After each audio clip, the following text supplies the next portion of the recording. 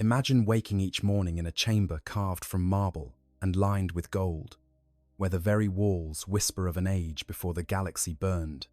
The air tastes of incense and ancient stone, filtered through systems that have purified every breath for 10,000 years. When you rise from your bed, the ceiling soars 40 feet above you, decorated with frescoes depicting battles and triumphs that predate recorded history. This is not a dream. This is not a vision. This is your life, lived in the shadow of living legends, raised by the most perfect warriors humanity has ever created. To be a human raised by custodians is to exist in a state of permanent contradiction. You are privileged beyond measure, granted access to knowledge and experiences that trillions would kill for, yet you are forever reminded of your inadequacy. You walk halls where demigods stride, eat at tables where philosophers and warriors debate the nature of human existence itself, and train in chambers where a single student would be worth more than entire planets. And through it all, you carry the burden of knowing that no matter how hard you try, no matter how much you learn or how skilled you become, you will never be one of them. This is not a story that exists explicitly in the annals of Imperial history. The Adeptus Custodes do not take wards in the traditional sense, do not raise human children as apprentices or students. They are created from infancy, their transformation beginning in the cradle, as bioalchemical processes rewrite them at the cellular level. Each custodian is a unique masterwork, individually crafted over decades of genetic manipulation and psychomimetic conditioning. They do not train soldiers. They do not mentor warriors. They are, unto themselves, complete. Yet the imperial palace is vast. It sprawls across the Himalayan mountain range, covering an area larger than many countries of ancient Terra. Within its countless chambers and corridors, its secret vaults and hidden sanctums, there exists space for the exceptional. And exceptionally, rarely, a human child might find themselves raised within the golden halls, not as a custodian aspirant, but as something else entirely. Perhaps you are the child of a high-ranking Terran noble, presented to the custodians at birth as tithe, but found unsuitable for transformation. Your genetic markers were close, tantalizingly close, but not quite perfect enough for the intricate process of creating a guardian of the Emperor. Rather than return you to your family and risk the knowledge you would eventually carry, you were kept, raised within the palace walls, educated alongside those who would become golden demigods, a living reminder of the vast gulf between human potential and custodian perfection. Or perhaps your origins are darker. Maybe you were found in the underhives of Terra, a child with unusual gifts or remarkable potential, discovered by an eye of the Emperor during their wanderings through the forgotten depths of humanity's birthworld. These retired custodians, no longer able to serve at the peak of their abilities due to age or injury, sometimes take on projects. They cultivate networks of informants, train agents, shape the shadows to better protect Terra, and very occasionally, they find a child worth saving, worth teaching, worth bringing into the light of the palace, even if that child can never become what they once were. The circumstances of your arrival matter less than what comes after. From the moment you truly understand where you are and who surrounds you, your life becomes a study in contrasts. You are both incredibly fortunate and profoundly cursed. You have been granted the greatest education any human could receive, access to knowledge that most of the Imperium believes lost or forbidden. You have watched the Emperor's own guardians train and fight. You have heard them debate philosophy and art and the nature of duty. You have eaten food prepared with care that exceeds what most Imperial citizens experience in their entire lives. You have lived in more safety and security than perhaps any other human in the galaxy. And every single day, you are confronted with the fact that you are not, and can never be, enough. The custodians do not mean to be cruel. Indeed, cruelty is beneath them. They are neither callous nor dismissive of baseline humanity. Unlike space marines, who are often transformed in adolescence and can remember what it was to be fully human, custodians are remade from infancy. They have no childhood memories of weakness or limitation. They have always been what they are, Yet they were designed to be more than warriors. The emperor intended them as his companions, capable of conversing with him on matters of philosophy, politics, art, and war. They are cultured, educated, thoughtful beings who understand beauty and appreciate the finer aspects of civilization. But understanding is not the same as relating. A custodian can intellectually comprehend what it is to be human in the same way a human might understand the life of an insect under glass. They can observe, analyze, even appreciate the struggles and triumphs of baseline humanity. They can recognize courage and wisdom when they see it, regardless of the form it takes. But they cannot truly empathize with limitations they have never experienced. When you fail at a task they would find trivial, they may offer encouragement, but there is always that moment, that flicker of incomprehension in their eyes. Not contempt, never contempt. Simply the inability to understand how something so simple could be so difficult. This is the reality of your existence. You are surrounded by perfection, raised by paragons, educated by minds that can memorize entire libraries and debate the subtleties of philosophical texts written in dead languages. And you, despite receiving the best training any human could hope for, despite having access to resources beyond imagining, despite being pushed to the absolute limits of human potential, you remain human, fragile, mortal, limited. The question then becomes not whether you can match the custodians, for that is impossible. The question becomes what it means to live in their shadow, to be shaped by their world, to carry forward the lessons they impart, while knowing you can never fully embody them. To understand what it means to be a human raised by custodians, you must first understand what it means to live within the golden cage of the Imperial Palace, to navigate its corridors and chambers, to breathe its air and walk its halls. You must understand what it means to be simultaneously the most privileged human alive and the most isolated. Your life is a paradox written in gold and marble, a contradiction that begins the moment you wake and continues until you sleep. And perhaps, in understanding that paradox, we can begin to grasp something essential about the nature of the Imperium itself, about the vast gulf between the ideal and the real, between what humanity strives for and what it can actually achieve. Because in many ways, to be a human raised by custodians is to experience the central tragedy of the Imperium in microcosm. You live at the very heart of humanity's greatest achievement, surrounded by its most perfect defenders, and you do so knowing that the very perfection you witness is forever beyond your reach. The Imperial Palace, your gilded prison. The Imperial Palace is not a building. It is a continent reimagined as architecture, a mountain range transformed into fortress, a statement of power and majesty so vast that it defies human comprehension. To say it is large is to say that the ocean is wet, technically true, but utterly inadequate to convey the reality. The palace covers the better part of Asia, sprawling across thousands upon thousands of square kilometers. Its foundations delve deep into Terra's mantle, boring down through bedrock and ancient stone to depths where the heat of the planet's core becomes palpable. Its towers and spires punch upward through the atmosphere itself, their highest points touching the edge of space, where the air grows thin and the stars shine without twinkling. This is your home. This is your entire world. From the outside, viewed from orbit or from the observation platforms of the massive orbital plates that encircle Terra, the palace appears as a golden sprawl of interconnected structures. Pyramidal forms kilometers high sit beside soaring spires and brutalist fortifications.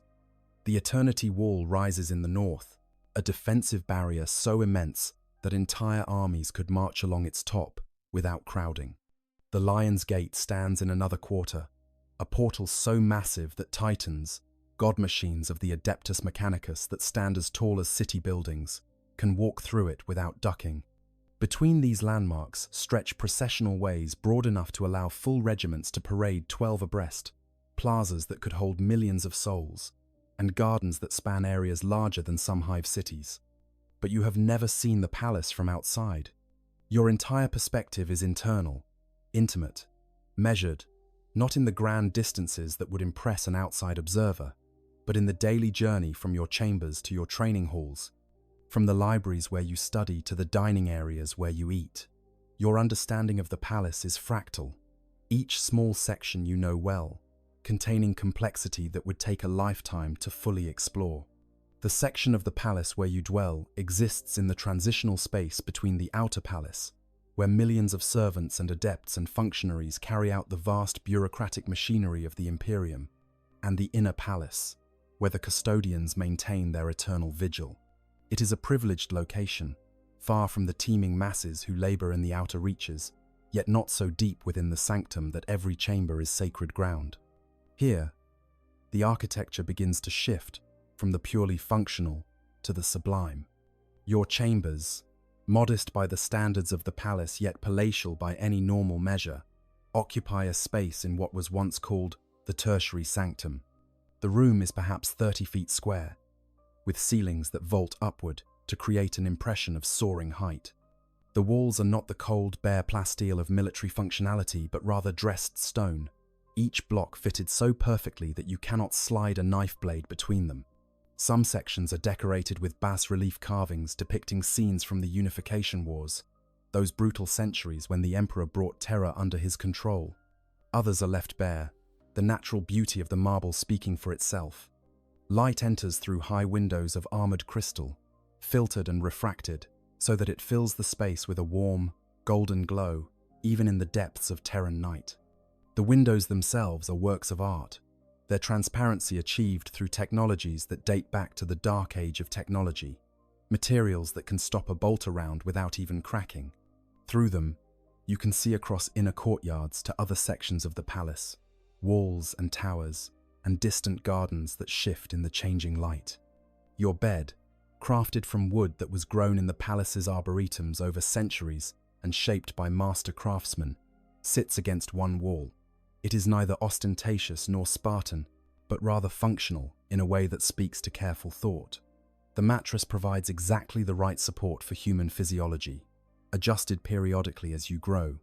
The blankets are woven from materials that regulate temperature perfectly, keeping you warm when the mountain cold seeps through the stones and cool when the summer heat presses down. Opposite the bed stands a desk of similar craftsmanship, its surface inlaid with rare woods and precious metals in patterns that suggest the star maps of the Great Crusade. Here you study, surrounded by data slates and ancient books, some of them so old and valuable that they would feed a hive city for a year if sold. But they are not decoration. They are tools, meant to be used, and you have been taught to treat them with the respect they deserve, while not being afraid to handle them. The Custodians do not believe in knowledge, locked away, unused. Better a book be read and occasionally damaged than pristine and forgotten. A weapons rack occupies another wall, holding the tools of your combat training. Unlike the ornate, handcrafted masterpieces that the Custodians wield, these are fine, but not unique. A training blade of bonded ceramite, weighted and balanced for your growing frame. A practice pistol, its mechanisms adjusted so you can learn proper handling without the risk of live ammunition. Protective gear that actually fits, made to measure by the same artisans who craft armor for the Guardians themselves, just rendered in more mundane materials. Even here, even in the tools of your training, the gulf is visible. Your gear is excellent by any normal standard, but it is still fundamentally human scale, limited by your mortal frame. Beyond your private chambers lie the spaces you navigate daily. The corridor outside your door is wide enough for 2 Custodians to walk abreast in full armor, which means it feels almost cavernous to you. The floor is polished stone that has been walked upon by the feet of demigods for 10 millennia, worn smooth but still perfectly level. Glow globes suspended from the high ceiling provide steady, clear light that never flickers or dims. Unlike the harsh lumens of a standard Imperial facility, this light is carefully calibrated to mimic natural sunlight, preventing the psychological toll that comes from living entirely in artificial environments. The path from your chambers to the training halls takes you through sections of the palace that shift in character. Sometimes, you walk through corridors lined with statuary, marble and gold figures depicting heroes of the Unification Wars or legendary Custodians of ages past. Their faces are stern, their poses heroic, and you have long since stopped trying to read meaning into their sculpted expressions. They are reminders of legacy, of duty, of the weight of history that presses down on everything within these walls. Other times your route takes you through more functional spaces, where the beautiful gives way to the practical. Here you might pass power conduit housings the size of ground cars, their surfaces covered in warning sigils and access panels, or munition storage vaults, their armored doors sealed with mechanisms that would take a dedicated military force weeks to crack, or barracks for the palace guard regiments, those normal humans who serve as the first line of defense for the outer perimeters, their voices and footsteps providing a reminder that you are not the only baseline human who lives within the golden walls. But it is in the training halls that you spend most of your time, and it is there that the nature of your existence becomes most clear. These chambers are vast, their dimensions measured in hundreds of yards. They need to be. When custodians train, they require space to move, to demonstrate the full range of their abilities, without constraint. The halls have been constructed to accommodate this, with reinforced floors that can withstand the impact of ceramite-clad bodies moving at superhuman speeds, and walls covered in ablative materials that can handle the occasional errant bolt round or blade strike. The main training hall you frequent is nearly 300 yards long and half as wide, with a ceiling that rises 60 feet above the floor. The walls are lined with weapon racks holding every imaginable implement of war, from simple training blades to functional guardian spears that gleam with barely contained power. Combat servitors stand in alcoves, their mechanical bodies waiting to be activated for training exercises. Targeting arrays dot the walls, capable of tracking and analyzing movement with precision that would make the finest militarum sharpshooters weep with envy. And in the center of it all, the custodians train. Not constantly, for they have many duties, and the palace is vast, but regularly enough that you have learned their patterns. Some prefer to train in the early morning. Their movements are meditation before they take up the day's responsibilities. Others come in the afternoon or evening, using physical exertion to clear their minds after hours spent in contemplation or planning. A few seem to arrive at random times, as if following schedules you cannot perceive. When they train, they transform. At rest, a custodian is imposing but controlled, their superhuman nature evident but restrained. In motion, they become something else entirely. They move with a speed and precision that defies belief, their blade work creating patterns in the air that you can barely follow even after years of watching. They leap heights that would break normal human bones on landing and absorb impacts that would kill lesser warriors. They fight with a perfection that borders on the artistic, each movement flowing into the next with such economy and grace that even their practice bouts become performances worthy of study. You train in the same halls, but in the corners, in the margins, using smaller spaces that have been set aside for those not quite worthy of the main floor. Your instructors are varied. Sometimes they are veteran palace guards, baseline humans like yourself, who have dedicated their lives to martial excellence and can actually understand the limitations you face. Other times they are older servants of the palace, men and women who have spent decades in service and learned things worth teaching. And occasionally, very occasionally, a custodian will take time to offer instruction, their teaching style utterly different from anything you experience with mortal tutors.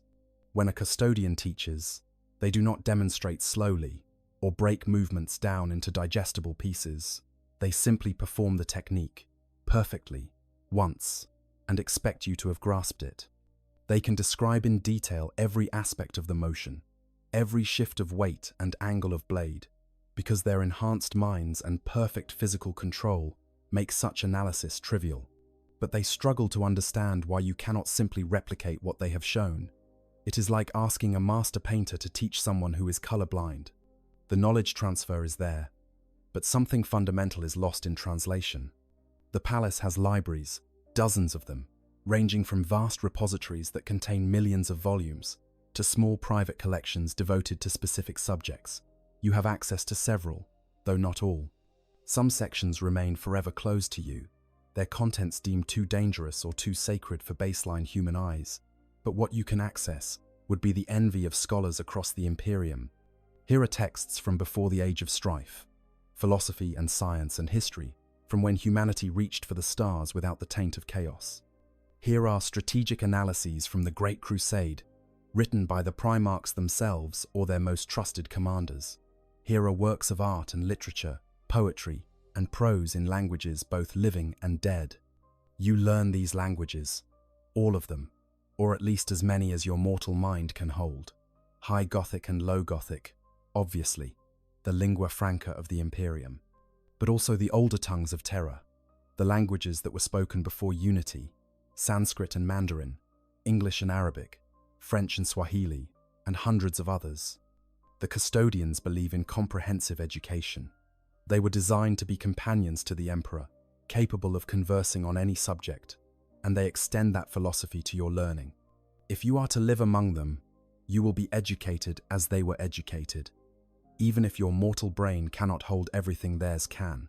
The libraries also serve as gathering places, spaces where you might encounter custodians engaged in contemplation rather than combat training. You have learned to move quietly in these spaces, to respect the silence that often reigns.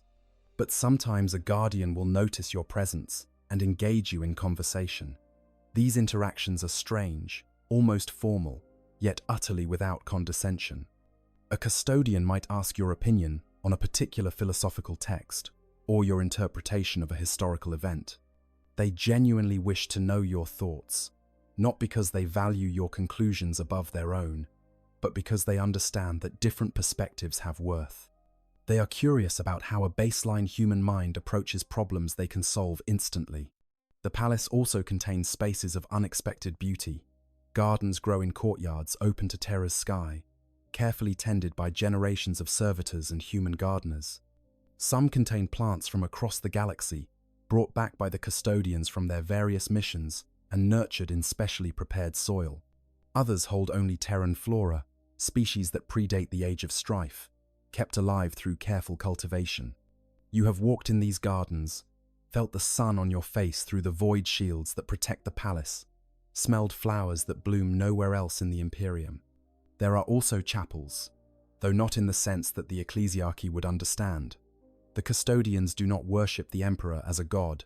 They knew him as a man, or at least their predecessors did, and that knowledge has been passed down through 10,000 years of service.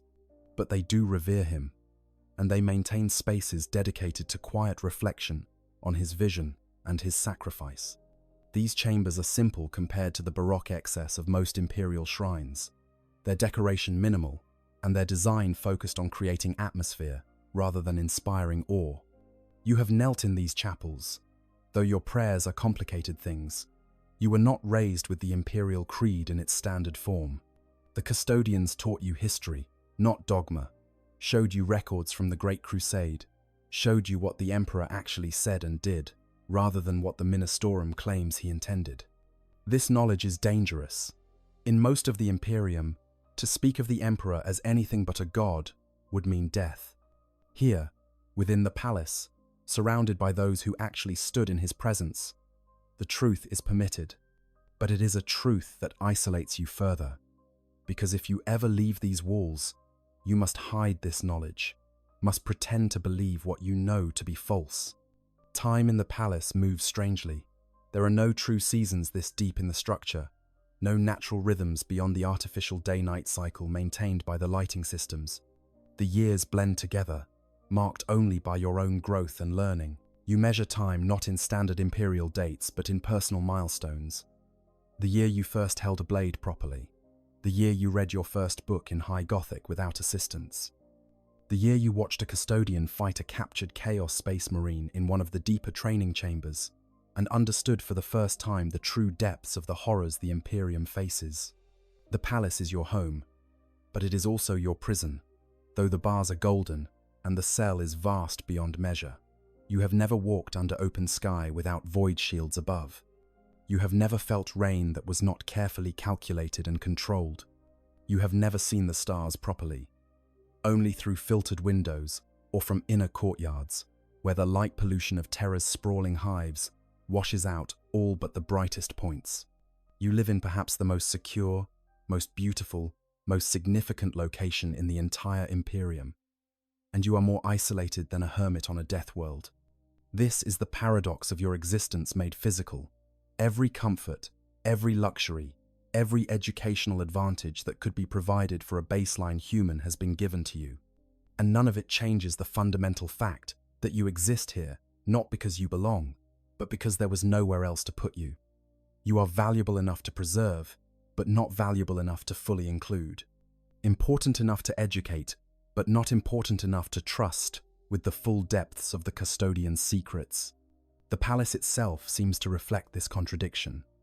In its vastness, there are always unexplored corridors, always sealed chambers whose contents you will never know.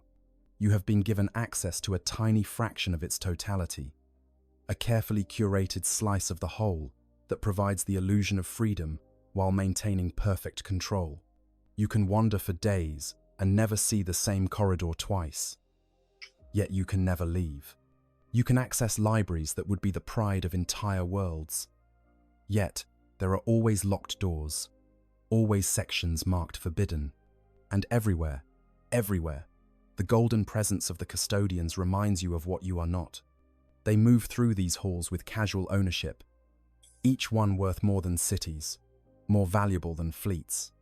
They have earned their place through transformation and trial, through decades of bioalchemical enhancement and training that began in infancy. You have been placed here by accident of circumstance, kept here by practicality, and perhaps a small measure of kindness. They belong. You simply exist here, tolerated because disposing of you would be wasteful, educated because they believe in not wasting potential, but never truly one of them. Beginnings. How you came to be here. The question of how you arrived in the Imperial Palace haunts you more than most realize. It is not something discussed openly, not addressed directly in your education. The Custodians do not dwell on the past unless it holds tactical or philosophical significance. They exist in an eternal present, always vigilant, always perfect. But you are human, and humans need origin stories. You need to understand where you came from, even if the answer is complicated or painful. The most likely scenario, though you have never been told explicitly, is that you were presented to the Custodians as an infant. On Terra, among the nobility that has held power since before the Unification Wars, there exists an understanding. When the Adeptus Custodes send word that they require recruits, the great houses respond. Families that can trace their lineage back millennia present their youngest children, infants still in swaddling, for evaluation by the Golden Guardians. It is considered the highest honor, though also the greatest sacrifice. If a child is chosen, they are gone forever. The family will never see them again. That infant will become something more than human, but they will cease to be their family's child. The selection process is mysterious, known only to the Custodians and the Emperor's own bioalchemists. They examine the genetic structure of each candidate with precision that exceeds anything the Adeptus Mechanicus can achieve. They look for markers that indicate suitability for the transformation, signs that the infant's body and mind will be able to withstand the decades of alteration required to create a Custodian. The vast majority are rejected. Their genetics, however noble their bloodline, however pure their ancestry, simply do not meet the exacting standards required. You were one of those rejected. Your family, whichever great house they represented, had presented you with hope and pride. They had believed, perhaps, that their lineage would produce a golden guardian, that their blood would contribute to the protection of the Emperor himself. The genetors and bioalchemists performed their analysis, mapping your genome with instruments that could count individual base pairs, modeling how your cells would respond to transformation, simulating the outcome of procedures that would not be complete for decades. And they found you wanting, not drastically, not so flawed that you were returned immediately, but close enough that you occupied a strange twilight zone of potential. Your genetic structure showed promise in some areas but critical weaknesses in others. Perhaps your nervous system, while robust for a baseline human, would not support the enhanced reflexes and perception required of a Custodian. Perhaps your skeletal structure, though healthy, would not accept the degree of augmentation needed. Perhaps some subtle flaw in your metabolism or immune system, invisible under normal circumstances, would prove catastrophic under the stress of transformation. The specifics do not matter. What matters is the decision that followed. Rather than return you to your family, where you would grow up knowing you had been deemed insufficient, where you might speak of what little you had seen of the palace's inner workings, the Custodians chose a different path. You would be kept, raised within the palace walls, educated alongside the aspirants who would become guardians, but never transformed yourself. You would serve as a baseline, a control, perhaps even a reminder of what unaltered humanity could achieve with proper education and training. Or perhaps your origins are different. Perhaps you were not presented by a noble house at all, but rather discovered in the depths of terror itself. The throne world, for all its importance, for all the glory of the imperial palace, contains depths of horror that would make hardened soldiers weep. The underhives of terror sprawl beneath the more civilized levels, home to billions who will never see natural light, who are born, live, and die in a darkness lit only by failing lumen strips and chemical fires. These are places where the law of the Adeptus Arbites holds little sway, where gangs and mutants and worse things hold dominion. Into these depths sometimes venture the eyes of the Emperor, those Custodians who have judged themselves no longer fit for full combat duty, but unwilling to simply stop serving.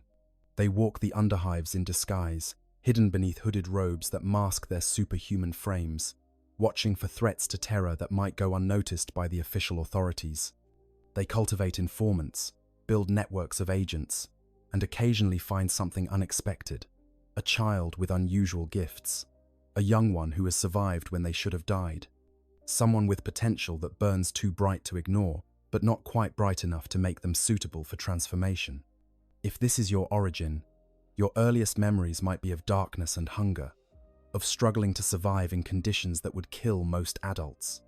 You might remember the moment everything changed, when a figure in dark robes stepped from the shadows and spoke to you in a voice that carried absolute authority. You might remember being frightened, then confused, then overwhelmed as you were brought up from the depths, carried to the surface, eventually delivered to the palace itself. This origin would explain certain things about your situation. It would explain why the Custodians tolerate your presence, but never fully explain your purpose. You were saved not because you were valuable in your own right, but because the eye of the Emperor who found you believed you might become valuable with proper training. You are an investment, an experiment, a project, and like all such efforts, your worth will ultimately be judged by what you produce. There is even a third possibility, darker and less pleasant to contemplate. Perhaps you were not intended for the Custodians at all, but were brought to the palace for other reasons. The Imperial Palace contains many organizations beyond the Adeptus Custodes. The Adeptus Astra Telepathica trains psychers here. The Officio Assassinorum has training facilities in some of the deeper vaults. Various branches of the Inquisition maintain presences. Perhaps you were being groomed for one of these organizations, tested and prepared for a role in their ranks, and then something changed. You showed aptitude in areas that interested the Custodians, or you failed to meet the requirements for your intended role, or some political calculation shifted and you were transferred to the Golden Guardian's care. This would explain the feeling you sometimes have, the sense that your presence here is not entirely planned or deliberate. The Custodians are not uncertain beings. They do not make choices lightly or without purpose. Yet sometimes in the way they interact with you, there is a hint of improvisation, as if they are still deciding what to do with you, still evaluating whether keeping you was the right decision. Regardless of how you arrived, your earliest clear memories are of the palace itself, of waking in chambers too large for a child, of being led through corridors by servitors whose mechanical nature frightened you until you learned they meant no harm. You remember seeing a custodian for the first time, an experience that stays with you even now.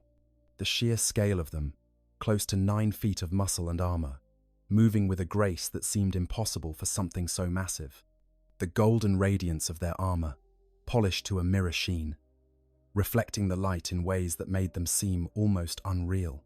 The face, When you glimpsed it, neither cruel nor kind, but simply focused with an intensity that made you feel as if you were being analyzed down to your component atoms. Your early years were supervised by human servants of the palace, men and women who had spent their lives in service to the emperor and the custodians. They taught you the basics, language and numbers, how to read and write, the fundamental skills that any child must learn. But even these early lessons were different from what you would have received anywhere else in the Imperium. Your tutors used texts that predated the Age of Strife, teaching methods refined over millennia. They had access to educational tools that could adapt to your learning style, present information in ways that maximized retention and understanding. You grew up surrounded by the aspirants, those children who had been deemed suitable for transformation into custodians. You played in the same areas, though you were never quite part of their groups. You ate in the same dining halls, though at different tables. You began your education alongside them, though your paths quickly diverged as their training shifted toward combat fundamentals, and yours remained more academic. The aspirants were strange companions. Even before their transformation began in earnest, they were different. Selected for qualities that went beyond simple genetics, they displayed focus and discipline that children should not possess. They learned faster than you, remembered more clearly, adapted to new concepts with ease that made your own efforts seem clumsy by comparison. And they were already changing, their bodies responding to the initial stages of enhancement that began in infancy. By the time you were 5 or 6 standard years old, aspirants of the same age were noticeably larger, stronger, more coordinated. The gap only widened with time. By your 10th year, the aspirants who had begun their transformation at the same time as you entered the palace were teenagers who looked like young adults, their frames already massive compared to yours, their movements displaying inhuman precision. They could speak multiple languages fluently, quote philosophical texts from memory, demonstrate combat forms that you struggled to follow even in slow motion. They were leaving you behind, ascending towards something you could never reach. The custodians themselves rarely interacted with you directly during these early years. They were present, always, their golden forms moving through the training halls and corridors.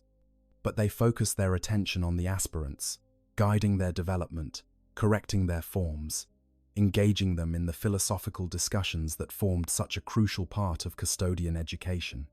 You were peripheral, a presence acknowledged but not central to their concerns. But you watched everything. Children are observant, and you had little else to do. You watched how the custodians moved, the economy of their gestures, the way they could communicate volumes with a glance or a tilt of the head. You watched how they trained the aspirants, the patience they displayed when teaching combat forms, the way they pushed each student to their limits but never beyond. You watched how they debated with each other, their conversations ranging across topics that would baffle most imperial citizens, discussions of ethics and tactics and philosophy that assumed knowledge you did not yet possess. And slowly, without anyone quite intending it, you were educated by osmosis. The custodians did not teach you directly, but you learned from listening to their teachings. The aspirants did not befriend you, but you learned from watching their training. The palace itself became your teacher, its libraries and chapels and training halls offering lessons to anyone patient enough to observe and learn. By the time you reached adolescence, your position had crystallized into something more defined. You were not an aspirant and would never become a custodian, but you were also not simply a servant or a random human who happened to live in the palace. You were something else, a category that did not quite have a name.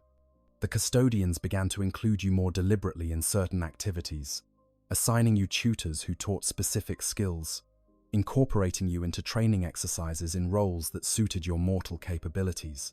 It was during this period that you began to understand, really understand, what your life would be. You would live in the shadow of perfection, would be given every advantage that could be granted to a baseline human, would be pushed to develop your potential as far as it could go. But you would never bridge the fundamental gap. You would never wear the golden armor. You would never stand watch in the throne room. You would never be trusted with the deepest secrets or given the most critical missions. You were, and would remain, human. This realization, when it came, was neither gentle nor kind. It arrived like a blade between the ribs, sudden and sharp and impossible to ignore.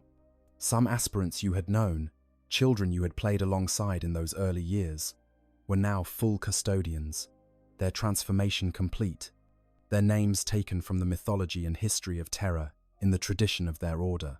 They stood as tall as primarchs of legend, wore armor worth more than cities, carried weapons that had ended the lives of daemons and Xenos champions. And you, despite all your training, despite all your education, despite all the advantages you had been given, remained merely human. The question then became what to do with that knowledge, how to live with it, how to find purpose and meaning in a life defined by limitation. The custodians, perhaps sensing your struggle, perhaps simply following their own inscrutable logic, began to guide you more actively. They did not comfort you or offer false hope. They simply presented you with tasks, with challenges, with opportunities to develop whatever potential you did possess. They treated you not as a failure, but as a different kind of project, one that required different methods, but was still worth pursuing. And so you continued, day by day, year by year, growing older in the shadow of those who would never age, learning to find satisfaction in achievements that would seem trivial to the Golden Guardians, but represented the peak of human capability. Your origin, wherever it lay, became less important than your present, and your present was defined by the daily challenge of becoming the best version of yourself that biology and mortality would allow. Early childhood among giants. The first clear memory you have of truly understanding your situation comes from when you were approximately 7 standard years old. You were in one of the smaller training halls, a space that qualified as small only by the palace's impossible standards, being merely the size of a standard hab block's main assembly area. A custodian named Diocletian Cadorus was demonstrating a defensive form to a group of aspirants who ranged in apparent age from 8 to 12, though the transformation process made such assessments unreliable. You had been placed there not to train with them.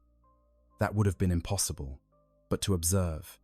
Someone, somewhere in the vast bureaucracy that managed the palace's daily operations, had decided that you should be exposed to as much of custodian training methodology as possible, even if you could not participate directly.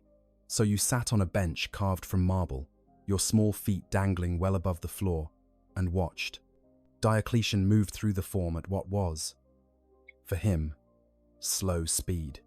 His guardian spear, a weapon that combined a powered blade with an integrated bolter, traced patterns in the air that your eyes could barely follow.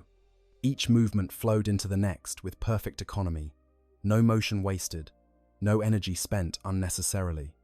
He was, you would later understand, demonstrating how to defend against multiple opponents approaching from different angles, how to maintain awareness of threats all around while engaging specific targets. But at 7 years old, watching him move was like watching water flow or fire burn. It seemed natural, inevitable, beautiful in a way you could not articulate. The aspirants watched for perhaps 30 seconds, their enhanced eyes and accelerated cognitive processes allowing them to absorb and analyze information at speeds you could not match. Then Diocletian stopped and gestured for them to replicate what they had seen. All 6 of the aspirants moved as one, their bodies flowing through the same pattern, with varying degrees of success. The oldest, a girl of perhaps 12 who already stood nearly 6 feet tall, executed the form with remarkable precision. The youngest, a boy who looked 8, but was probably closer to 6, made it through the sequence, but with obvious flaws in his positioning. Diocletian walked among them, his armored bulk somehow silent despite its mass, offering corrections with touches that were gentle despite his strength. Your third pivot. The angle is wrong by 2 degrees. Yes, there. You see? He tapped the girl's shoulder. Perfect now. Maintain that. To another. You are dropping your guard half a second too soon. In combat, that moment is death. Again. And then to the youngest, his tone patient but firm. No. Watch again. He demonstrated the form once more, this time moving even more slowly, almost frame by frame, calling out each shift of weight and angle of blade. The young aspirant watched with absolute focus, his enhanced mind recording every detail. Then he tried again, and this time it was better. Not perfect, but improved. Diocletian nodded approval. Good. Practice this 500 times before evening meal. You, he pointed to the oldest girl, 3,000 times. You are close to mastery, but close is not enough. 3,000 repetitions, 500 repetitions. These were numbers that made sense for them, for children whose bodies healed faster than baseline humans, whose muscles did not fatigue in normal ways, whose minds could maintain focus for hours without break. They would perform these repetitions, and they would improve with each one. And by tomorrow, they would be measurably better warriors than they were today. You, watching from your bench, knew with absolute certainty that you could not perform that form even once. The strength required to wield a guardian spear, the balance needed for those pivots, the speed demanded by the sequence, all of it was beyond you and would remain beyond you no matter how much you practiced. You were 7 years old, small even for your age, and you had just witnessed a demonstration of what the human form could become when pushed beyond its natural limits. Diocletian noticed you watching. He walked over, each step precise despite his bulk, and knelt to bring his eyes level with yours. Even kneeling, he was taller than you were sitting. His face, framed by the collar of his armor, was neither unkind nor warm. It simply was, showing the same focus he brought to everything. You understand that you cannot do what they do, he said. It was not a question. Yes, honored custodian, you replied. Using the form of address you had been taught was appropriate. Your voice was small in the vast hall, almost swallowed by the space. Good, Diocletian said. Truth understood young causes less pain than illusions maintained long. He paused, seeming to consider his next words carefully. Custodians did not lie, but they were also not needlessly cruel. But you can still learn. Watch, not to replicate, but to understand. See how the movements flow, how each position serves multiple purposes. This knowledge will serve you, even if your body cannot execute what your mind comprehends. Do you understand? I think so, honored custodian. You will, he said with certainty, then rose and returned to his students, leaving you to sit and watch and slowly grasp the lesson he had offered. You could not be what they were becoming, but you could learn to understand what they were doing. And understanding, even without the ability to replicate, had its own value. This pattern repeated throughout your early years. You were present for training sessions, but apart from them, you ate in the same dining halls as the aspirants, but at tables with other baseline humans, the servants and functionaries who kept the palace operating. You slept in chambers near the aspirant dormitories, but separated, your rooms smaller and less austere than theirs. You existed in their world, but were not of it.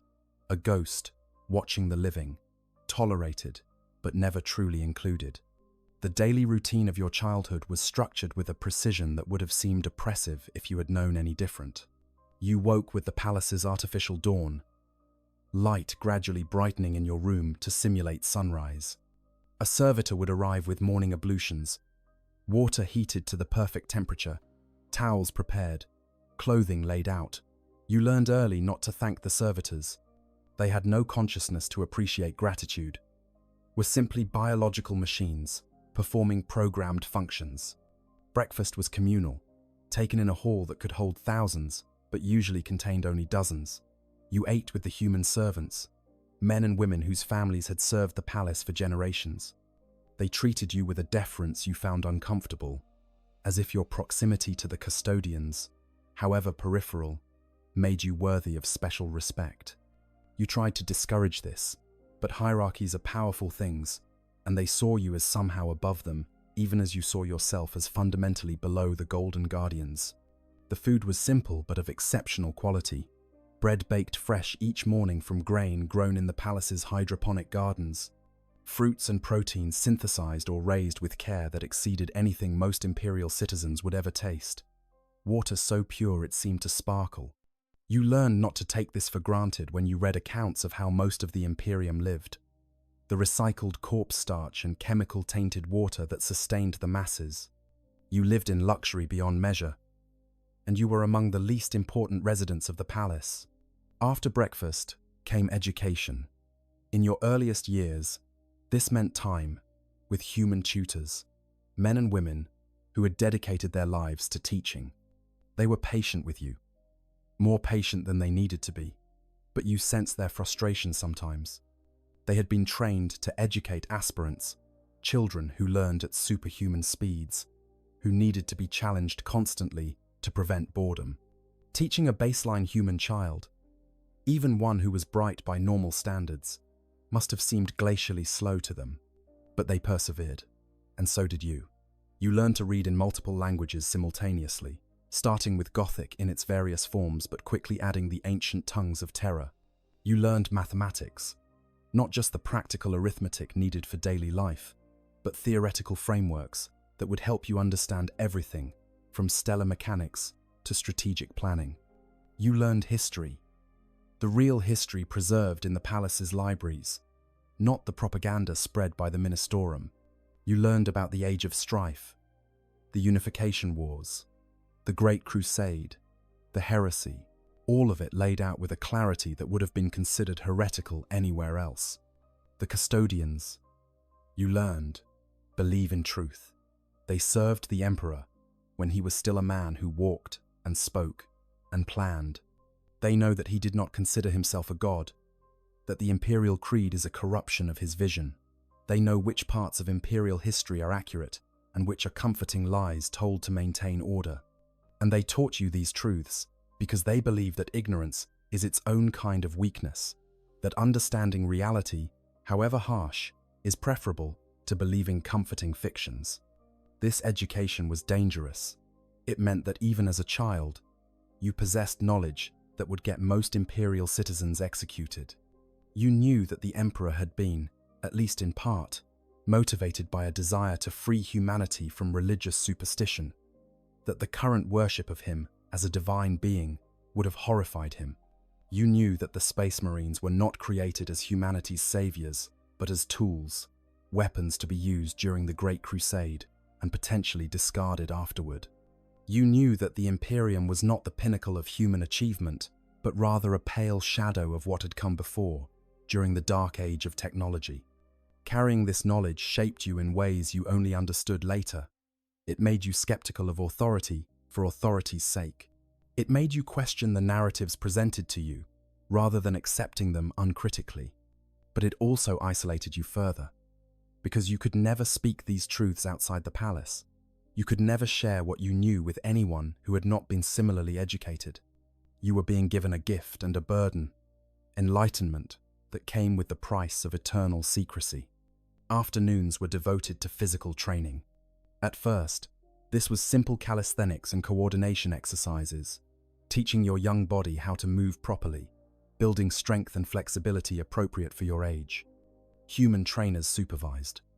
Men and women who had once served in the Imperial Guard or other military forces before retiring to serve the palace. They were kind but firm, pushing you to improve while understanding your limitations. As you grew older, the training intensified. You learned to fight, not with the superhuman perfection of the Custodians, but with the practical brutality of baseline human combat. You learned to use a knife, how to target vulnerable points on a human body, how to leverage body weight and positioning when strength was insufficient. You learned to shoot, starting with simple pistols and gradually working up to more complex weapons. Your trainers emphasized accuracy over rate of fire, teaching you that as a baseline human, you would rarely have the option of wasting ammunition in sustained fire. But the physical training also served to constantly remind you of your limitations. When you struggled to complete a set of exercises, when you gasped for breath after a sprint that would be trivial for an aspirant, when you nursed bruises and pulled muscles that would heal in days for you, but would have been gone in hours for them, the gap was visible and undeniable. You were trying your hardest, pushing yourself to your limits, and achieving results that were pedestrian by the standards of those around you. Evenings brought different kinds of education.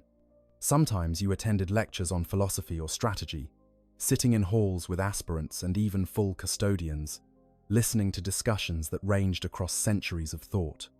Other times you were given readings, texts to study and comprehend, knowledge to absorb, and sometimes, rarely but memorably, you were simply allowed free time, hours you could spend exploring the palace, or reading for pleasure, or simply sitting in one of the gardens and thinking. It was during these free hours that you sometimes encountered custodians outside of formal training contexts. They did not seek you out, but the palace was large, and chance meetings were inevitable. You learned to recognize individuals, to distinguish one golden guardian from another, not by their armor, which was unique to each wearer, but by their bearing and their interests. Some custodians were scholars, spending their free time in libraries or museums. Others were artisans, creating works of beauty in workshops scattered throughout the palace. Still others were strategists, constantly refining their understanding of warfare through study and simulation. One evening, when you were perhaps 9 years old, you encountered a custodian in one of the smaller libraries. He was reading an ancient text on Terran philosophy, a physical book rather than a data slate, handling pages that were thousands of years old with the care they deserved. You had entered quietly, intending to simply find a book and leave. But he noticed you and gestured to a nearby chair. "Sit," he said. "Tell me, young one, what do you know of the philosophy of the ancient Greeks?" You sat, intimidated but curious. "Not much, honored custodian. We have not studied that period in depth yet." But you can read their language?"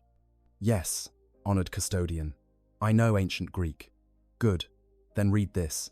He passed you the book, pointing to a specific passage. You read slowly, translating in your mind, then looked up. It speaks of the nature of virtue, honored custodian, of how excellence is achieved through practice and habit, rather than being inherent. "And what do you think of this idea?" the custodian asked. You considered carefully. "I think it is true for baseline humans, honored custodian, but perhaps not for custodians. You are made to be excellent." The custodian's expression did not change, but something in his eyes suggested amusement. An interesting distinction. "But consider, we are made with the capacity for excellence. True, but that capacity must still be developed. We practice, we train, we refine our abilities over decades and centuries. The potential is inherent, but the actualization requires effort. In that sense, perhaps the Greek philosopher's wisdom applies even to us." It was the longest conversation you had yet had with a custodian outside of formal instruction, and it stayed with you. He had not talked down to you, had not simplified his thoughts or treated you as incapable of understanding. He had engaged with your idea seriously, offered his own perspective, invited you to think more deeply. It was a small moment, but it suggested that perhaps there was a place for you here, even if it was not the place you had once imagined. Your childhood passed in this way, a blend of privilege and limitation, of access and exclusion. You grew taller, stronger, more educated.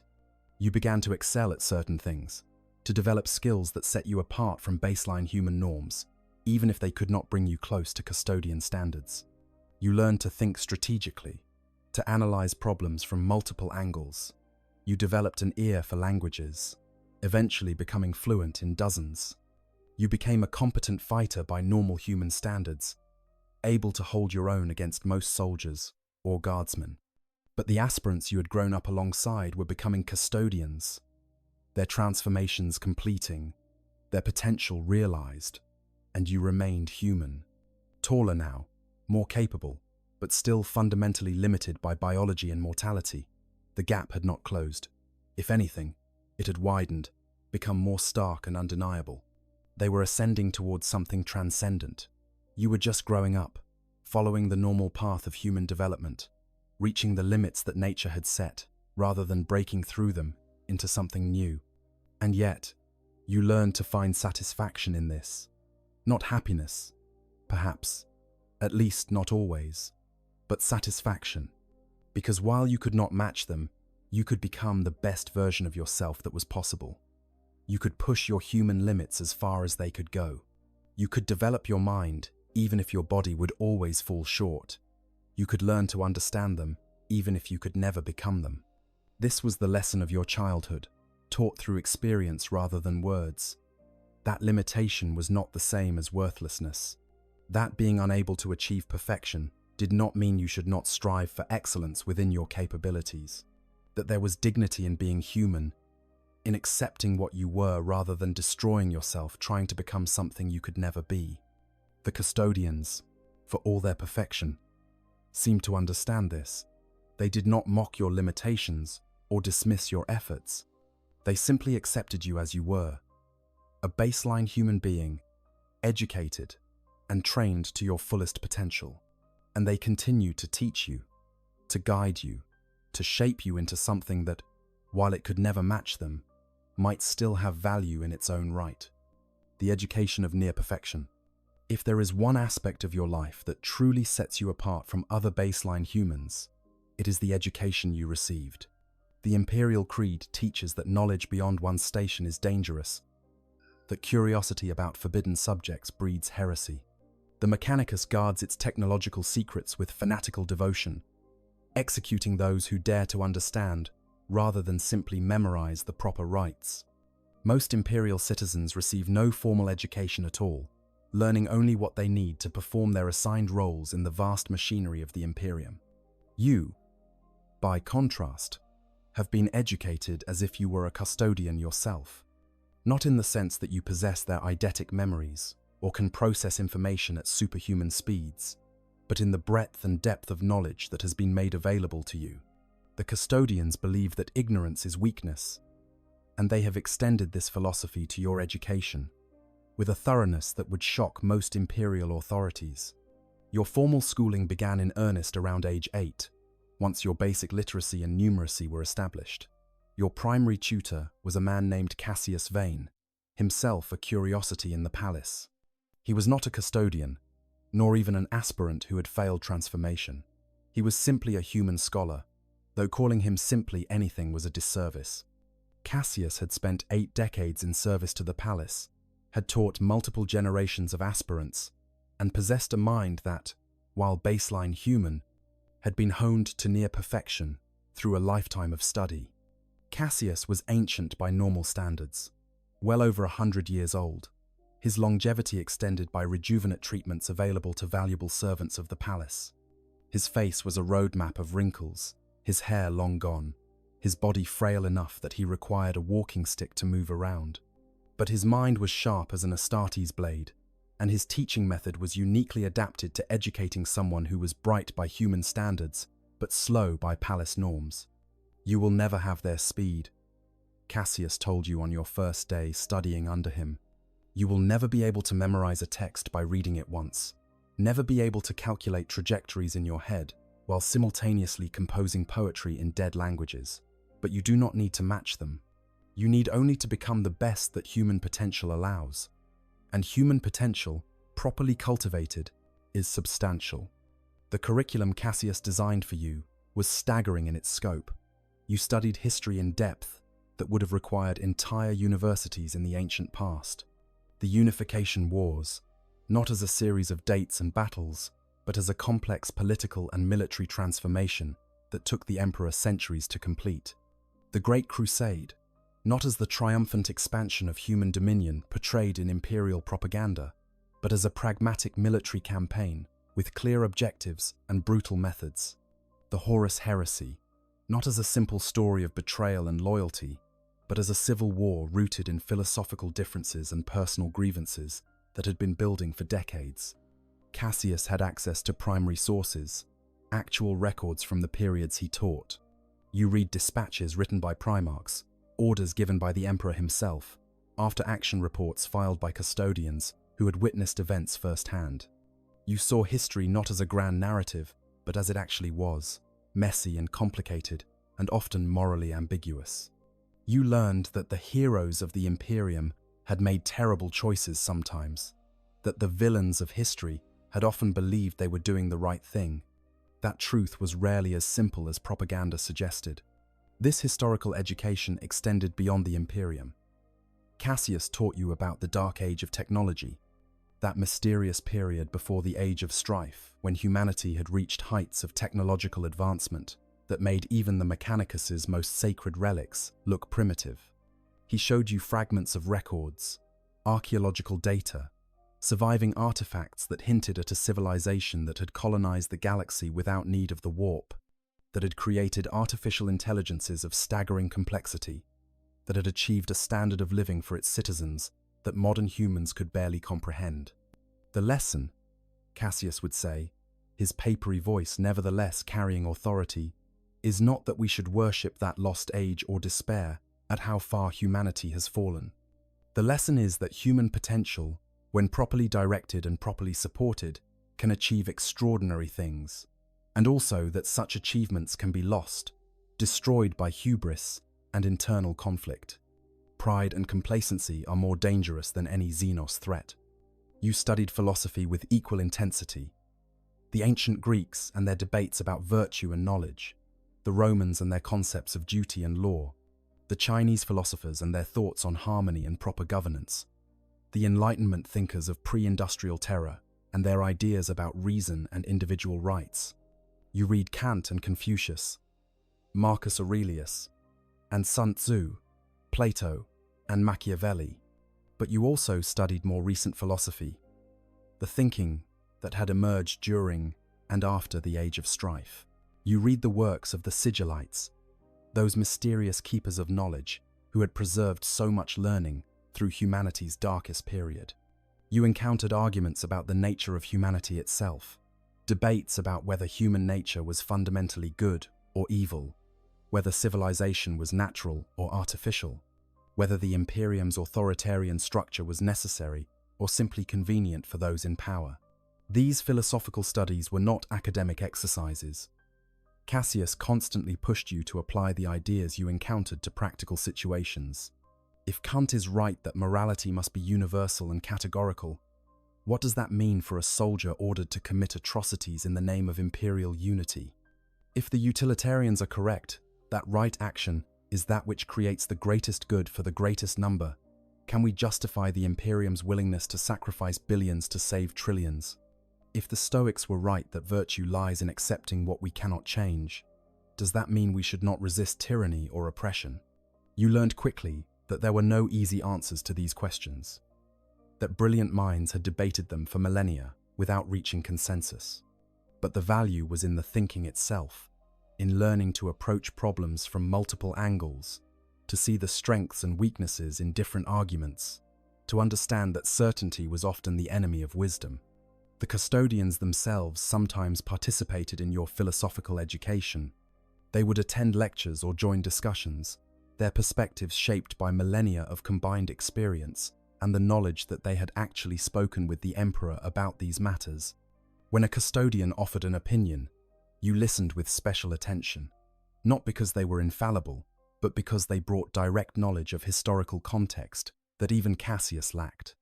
You remember one discussion about the nature of duty, whether obedience to authority was inherently virtuous, or whether individuals had a moral responsibility to resist unjust orders. The human participants in the discussion, yourself and several other students, made various arguments drawing on philosophical texts and historical examples. Then a custodian named Aquilon Tertius, who had been listening silently, spoke. During the Great Crusade, he said, his voice carrying easily through the chamber, despite being barely above a conversational volume, the Emperor commanded us to carry out actions that we knew would cause immense suffering. Compliance campaigns that would kill billions, the destruction of cultures and belief systems that, while incompatible with the imperial truth, were not inherently evil. We obeyed these orders because we understood the larger strategic necessity, because we believed in the Emperor's vision. But we did not obey blindly or without question. We debated, we argued, we forced him to justify his decisions, to explain his reasoning, and if we had ever believed he was fundamentally wrong, not merely making a choice with which we disagreed, we would have refused. He paused, his eyes moving across the assembled students. Duty is not blind obedience. Duty is understanding what you serve and why, and then giving your full commitment to that purpose. If you cannot articulate why you obey, if you cannot defend the actions you take, then you are not dutiful. You are merely a tool, and a tool has no virtue. This statement, coming from a being genetically programmed for loyalty to the Emperor, carried weight that no philosophical text could match. It suggested that even perfect loyalty had room for judgment, that thinking beings had responsibilities that transcended simple obedience. It was a lesson that would serve you well in the years to come. Your scientific education was equally comprehensive.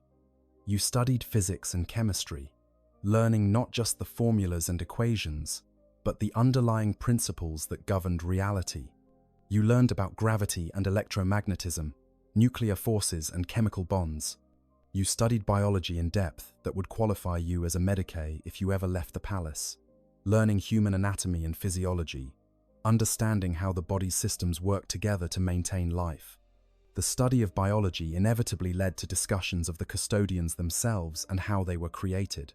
Cassius, recognizing your fascination with this topic, dedicated substantial time to explaining what was known about the transformation process. You learned that it began in infancy, with bioalchemical treatments that altered gene expression at the cellular level.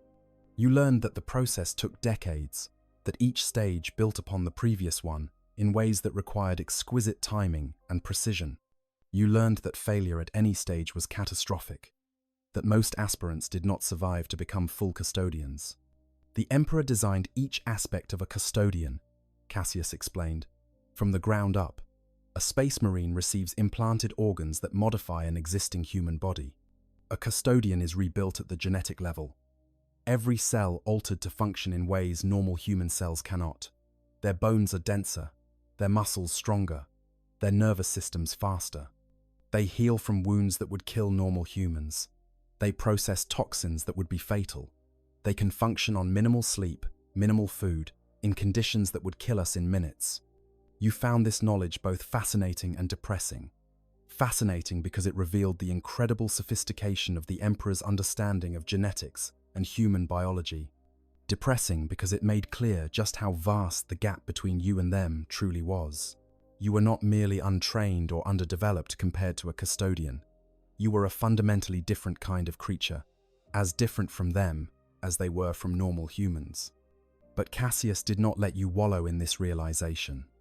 Yes, they are superior in almost every measurable way, but biology is not destiny for thinking beings. You possess something they do not, the lived experience of limitation. You know what it is to struggle, to fail, to face challenges that exceed your capabilities. This gives you a perspective they can never truly have. Use it. Your education also included practical skills. You learned medicine, how to treat wounds and illness, how to diagnose problems and prescribe treatments. You learned engineering principles, how structures were designed and built, how machines functioned. You learned cryptography and code breaking, linguistics and translation, navigation, and stellar cartography. You learned to pilot small craft, though only in simulators, the actual act of flying being too risky to allow for your baseline reflexes.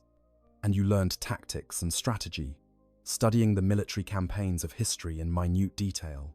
You analyzed battles from the Unification Wars, from the Great Crusade, from conflicts throughout Imperial history. You learned to think like a military commander, to understand logistics and supply lines, to recognize when terrain favored offense or defense, to calculate risk and reward. Your tutors made clear that you would never command armies yourself, but the knowledge was valuable nonetheless. Understanding how war worked, even if you could not wage it personally, was a form of power in its own right. The custodians tested you periodically, evaluating your progress in various fields. These tests were neither gentle nor forgiving. You were expected to demonstrate not just memorization, but true understanding, to apply knowledge in novel situations, to solve problems you had never encountered before. When you failed, which happened regularly, the feedback was direct and specific. Not, you did poorly, but you failed to account for this variable, or you made this logical error. Constructive criticism rather than general condemnation. As you entered your teenage years, your education shifted to include more specialized subjects. You studied the various organizations of the Imperium, learning how the Administratum functioned, how the Mechanicus was structured, how the Inquisition operated, how the Astra Militarum was organized. You learned about Xenos species, studying the Orcs and their bizarre biology, the Eldari and their arrogance, the Tyranids and their hunger, the Necrons and their ancient hatred. You learned about chaos, though this knowledge was heavily monitored and controlled, your tutors careful to teach you about the threat without exposing you to anything that might actually corrupt. This education in the Imperium's enemies and institutions was pragmatic. If you were to be of any use to the Custodians, you needed to understand the context in which they operated. You needed to know who the Imperium's enemies were and what they were capable of. You needed to understand how the vast machinery of imperial government functioned so that you could navigate it, if necessary. By your late teens, you had received an education that would have required multiple lifetimes for most humans to acquire. You could read and write in dozens of languages. You had comprehensive understanding of history, philosophy, science, and military theory. You could diagnose illnesses and treat injuries. You could analyze cryptographic codes and design structural frameworks. You could debate the fine points of ethical philosophy with scholars who had dedicated their lives to the study. And yet, Cassius reminded you constantly, this was merely what any custodian would know by the time their transformation was complete. They had all of this knowledge, plus superhuman memory and processing speed. They could access any information instantly, cross-reference sources, identify patterns and connections that would take you hours to recognize. Your education had brought you to a level that was exceptional for a baseline human, but merely adequate by custodian standards. This realization could have been crushing, but Cassius framed it differently. You will never match them in breadth or speed of knowledge, he said during one of your final lessons with him, his ancient face thoughtful. But you have learned how to think, how to question, how to apply knowledge rather than simply possessing it.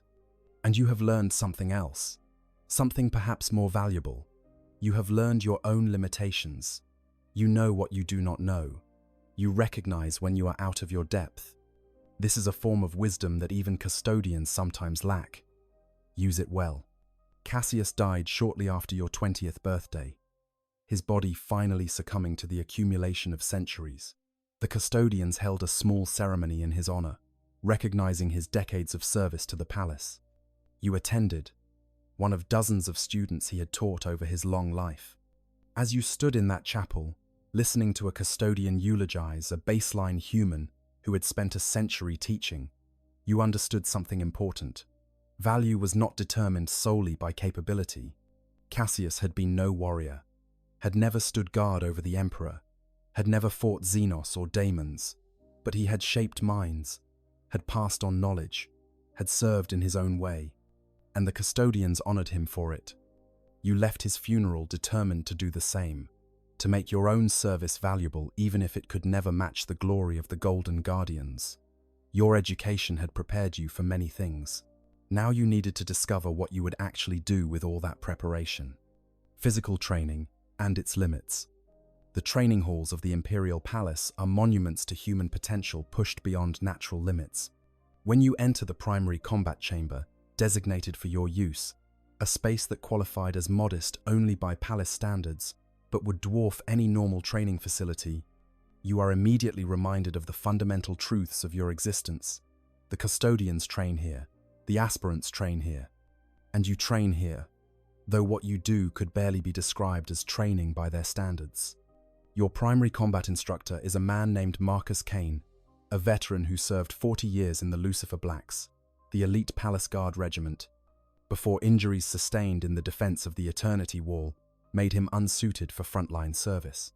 Marcus is in his 60s now, his body a patchwork of old wounds and younger augmetics, but he moves with the confidence of someone who has survived thousands of combats. He is not a custodian. He will never be mistaken for one. But he is the closest thing to a peer you have in this place, a baseline human who has achieved excellence within the bounds of mortal limitations. You're never going to fight a custodian and win, Marcus told you, on the first day he took over your combat training. You were 13 at the time, already taller than most baseline human adults, but still dwarfed by the Golden Guardians. Never going to fight a space marine and win. Probably never going to fight a chaos cultist hopped up on warp juice and win, if we're being honest. But that's not what we're training for. He had gestured around the hall, at the practice dummies and weight equipment, at the weapons racks and combat servitors. We're training so that when you're in a situation where you have to fight, you don't automatically lose. We're training so that if you face a baseline human opponent, even one with more natural talent or better physical conditioning, you've got skills that can compensate. We're training so that if you have to defend yourself or someone else, you've got a chance. Not certainty, just a chance. That's what human combat training is really about. The training regimen Marcus designed for you was brutal by normal standards, but carefully calibrated to avoid breaking you. Unlike the aspirants, who could train for hours without rest, whose bodies recovered from exercise-induced damage overnight, who could push themselves to the edge of death and bounce back within days, you had to be managed carefully. Push too hard, and you would simply injure yourself. Set your training back weeks or months. Push too little, and you would never improve. Marcus walked that line with the skill of someone who had been doing this for decades. Physical conditioning came first. Running, not the superhuman sprints of the Custodians, but long-distance endurance work that built cardiovascular fitness. Weight training, though with loads that would have seemed laughable to an aspirant, designed to build functional strength rather than just muscle mass. Flexibility work and balance drills to improve your body awareness and coordination. It was unsexy, unglamorous work, the kind of training that showed results only over months and years, rather than days and weeks. Marcus was uncompromising about this foundational work. I don't care if you're bored. I don't care if you want to learn fancy blade work. If your body isn't conditioned properly, if you don't have the stamina and strength to maintain form when you're exhausted, everything else is useless. We build the foundation first, and we build it right. So you ran. You ran circuits around the training hall, 30 laps that equated to approximately 5 kilometers. You ran until your lungs burned and your legs felt like lead, until sweat soaked your training clothes and dripped onto the ancient stones. And then, the next day, you ran again. Gradually, painfully, your body adapted. The runs became easier. Your recovery time decreased. You could push harder and sustain the effort longer. It was progress, real and measurable, but it was the progress of a baseline human. When you ran your circuits, aspirants would sometimes be running simultaneously in another part of the hall, their speeds so high they were nearly blurs, completing distances that would take you an hour in mere minutes. The weight training followed similar patterns. Marcus had you working with resistance at levels that challenged you without overwhelming you, squats and deadlifts to build leg and back strength, presses and pulls for upper body development, core work to improve stability. He taught you to lift with proper form, explaining that injury from poor technique would set you back far more than progressing slowly with correct mechanics. "Watch them," Marcus said one day, gesturing to where 3 aspirants were doing strength training. Each of them was working with weights that exceeded your entire body weight, pressing or pulling masses of metal that would crush you if you attempted them. See how effortless it looks. That's because their muscles are fundamentally different from yours. They've been engineered to be stronger, to recover faster, to handle loads that would tear normal muscle tissue apart. You will never lift what they lift. Never. Accept that, and then focus on lifting what you can lift, as well as you can lift it. Once the basic conditioning was established, Marcus began teaching you actual combat skills. Unarmed fighting came first, a pragmatic system that drew from dozens of martial traditions. Marcus taught you to strike vulnerable targets, eyes and throat and joints, places where even limited force could cause serious damage. He taught you to use an opponent's momentum against them, to make leverage work for you when strength would not. He taught you to fight dirty, to use anything available as a weapon, to never hesitate if your life was truly at stake. Honor is for people who can afford it, Marcus said bluntly. Custodians can fight with honor because they're so overwhelmingly superior to most enemies that it doesn't matter. You don't have that luxury. You're small, relatively weak, slow by palace standards. Your only advantages are intelligence and unpredictability. Use them. The training was not gentle. Marcus believed in stress inoculation, in making you experience controlled violence, so that real violence would not freeze you. You sparred regularly, and not just with other students. Marcus would bring in guard veterans, men and women who had killed in combat, and have them spar with you at increasing levels of intensity. You took hits, learned what it felt like to be struck in the face, how disorienting it was, how your vision would blur and your balance would fail. You learned to fight through pain, to keep moving even when injured, to maintain enough mental clarity to think tactically, even when your body was screaming at you to stop. Weapons training added another layer of complexity. Marcus started you with knives, teaching you that blade work was fundamentally about angles and timing rather than strength. You learned to cut at joints and arteries, to thrust at vulnerable areas, to create damage disproportionate to the force you could generate. You learned that a knife fight was not the elegant dance portrayed in stories, but rather a desperate, ugly affair that usually ended with both participants injured. Then came training with pistols and rifles. Here, Marcus emphasized that as a baseline human, you had advantages that even custodians sometimes lacked. They can shoot faster, hit smaller targets, maintain accuracy in conditions that would make you miss by meters. But you're human-sized, human-shaped. You can use cover they can't fit behind. You can move through spaces they can't access. And most importantly, you can be overlooked. Nobody worries about the small human in the corner when there's a custodian drawing attention. Marcus taught you to shoot accurately rather than quickly, to take the extra half second to line up your shot properly, to breathe correctly and squeeze rather than pull the trigger. You spent thousands of hours on the range, firing until your hands hurt from the recoil, until you could group shots tightly at various distances, until you could operate your weapons smoothly, even under stress. You would never be as fast as a custodian or even a well-trained space marine, but you could hit what you aimed at, and that was not nothing. The practice weapons you used were real, functional tools.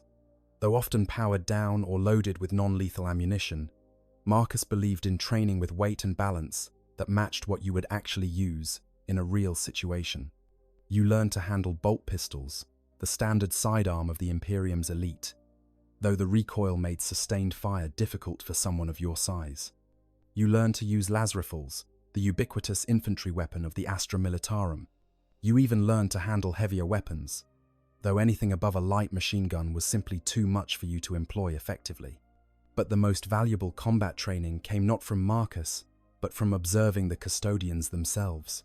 You watched them spar, watched them train, watched them demonstrate combat forms, and while you could not replicate their movements, you could learn from their principles. You watched how they positioned themselves to face multiple opponents, how they used terrain to their advantage, how they prioritized targets based on threat assessment. You watched how they moved with absolute economy, never wasting motion, never committing to an action until they were certain. You watched how they maintained awareness of everything around them, how they tracked threats at the edge of their perception, how they seemed to predict attacks before they came. This observational learning was supplemented by occasional direct instruction from the custodians. Once every few weeks, one of them would take time to work with you, not in the sense of sparring, which would be suicide, but in demonstrating principles and explaining theory. A custodian named Heracles Endymion, who had an interest in teaching despite it not being his primary duty, made a particular point of spending time with you. "You will never move as I move," Heracles said during one of these sessions. He was demonstrating defensive blade work, his guardian spear moving in patterns that left no opening. Your body cannot generate the speed or strength required, but you can understand the principle behind the movement. See here, how the spear traces a pattern that creates overlapping zones of defense. The specific technique requires superhuman ability, but the principle, using your weapon to create layers of protection, can be applied at any skill level. He would then demonstrate the same principle using movements that were actually possible for a baseline human, slowing down, reducing the complexity, showing you how the core concept translated. This version will not stop a determined attacker the way mine would, but it will make you harder to hit, will create opportunities for counterattack, and that is valuable. These lessons from Heracles and occasionally other custodians were precious to you, not just for the combat knowledge, but because they represented a form of recognition. The custodians did not need to teach you. You would never be a warrior they could deploy alongside them.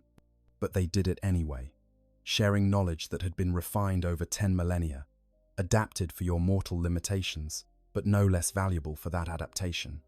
Yet even with the best instruction, the best training, the best equipment that could be provided, your limitations were always apparent. There was a day, you were perhaps 16, when Marcus arranged for you to observe a blood game. The custodians periodically tested the palace's security by having one of their number attempt to infiltrate defenses and reach the Emperor's throne room. The defender teams would work to stop them, and the exercise would reveal weaknesses in security protocols or defensive positioning. You watched from an observation gallery as a single custodian, stripped of his armor and weapons to simulate an infiltrator, worked his way through multiple layers of defense. He moved through the palace with inhuman speed and stealth, evading servitor patrols and human guards alike. When he encountered custodian defenders, he engaged in hand-to-hand combat that was so fast you could barely track it, even with the observation gallery's enhanced viewing systems. At one point, he dropped 3 palace guardsmen in under 2 seconds. Not killed. The blood games were training exercises, but disabled with strikes so precise they bypassed armor and rendered the guards unconscious without causing permanent injury. These were not average soldiers. They were Lucifer Blacks, elite fighters who trained constantly, men who could fight off multiple normal humans with ease. And this custodian, weaponless and unarmored, treated them like they were barely there. Watching that demonstration, you understood viscerally what all your training was really worth. You were becoming dangerous by baseline human standards. Yes, you were learning skills that would serve you well in most situations. But against a custodian, against any transhuman opponent, you would be no more effective than those Lucifer Blacks had been. All your training, all your practice, all your development would be meaningless in that context. Marcus must have seen your expression afterward, the deflation and discouragement. He pulled you aside later, his scarred face serious. Yeah, you're never going to be that. Never going to be even close. But here's what you need to understand. You don't exist to fight custodians. You exist to do the things they can't or won't, to operate in spaces where their nature makes them unsuitable. A custodian can't blend into a crowd. A custodian can't pretend to be a normal human. A custodian draws attention wherever they go, and sometimes what's needed is someone who can be invisible. He paused, then continued. Your training isn't about making you into a warrior who can match them. It's about making you into a tool that has its own uses, its own applications. A knife isn't inferior to a sword just because it can't cut through armor. It has different purposes, fills different roles. You're a knife, not a sword. Learn to be the best knife you can be, and stop worrying about why you're not a sword. This became your mantra as your physical training continued through your teenage years and into young adulthood. You were not trying to match the custodians. You were trying to become the most capable baseline human you could be. That meant accepting your limitations while pushing them as far as possible. That meant training in ways that maximized your actual advantages, speed of mind and adaptability, and the ability to be overlooked, rather than mourning the superhuman capabilities you would never possess. By your early 20s, you had reached close to your physical peak. You would never be as strong or fast as you might have been with optimal genetics and a lifetime of training starting from birth. But you were strong and fast by normal standards, competent with multiple weapons, confident in your ability to handle yourself in most situations that did not involve transhuman opponents. Marcus declared you as trained as you were likely to get within the confines of the palace. You could probably serve as a Lucifer Black if you wanted, he said during what would be your final formal training session. Not the best of them, but certainly competent enough to pass muster. Your blade work is solid, your shooting is above average, and you think tactically better than most soldiers ever learn to. You'll never be a custodian. But you're a damn good human fighter, and that's nothing to dismiss. You thanked him for his years of instruction, knowing that even as you did, you were calculating how you measured up against the true warriors of the palace. A damn good human fighter. Competent. Above average. These were words that described the upper end of human achievement, and they were so far below what the custodians represented that they might as well have been meaningless. But Marcus was right. You were not training to match them.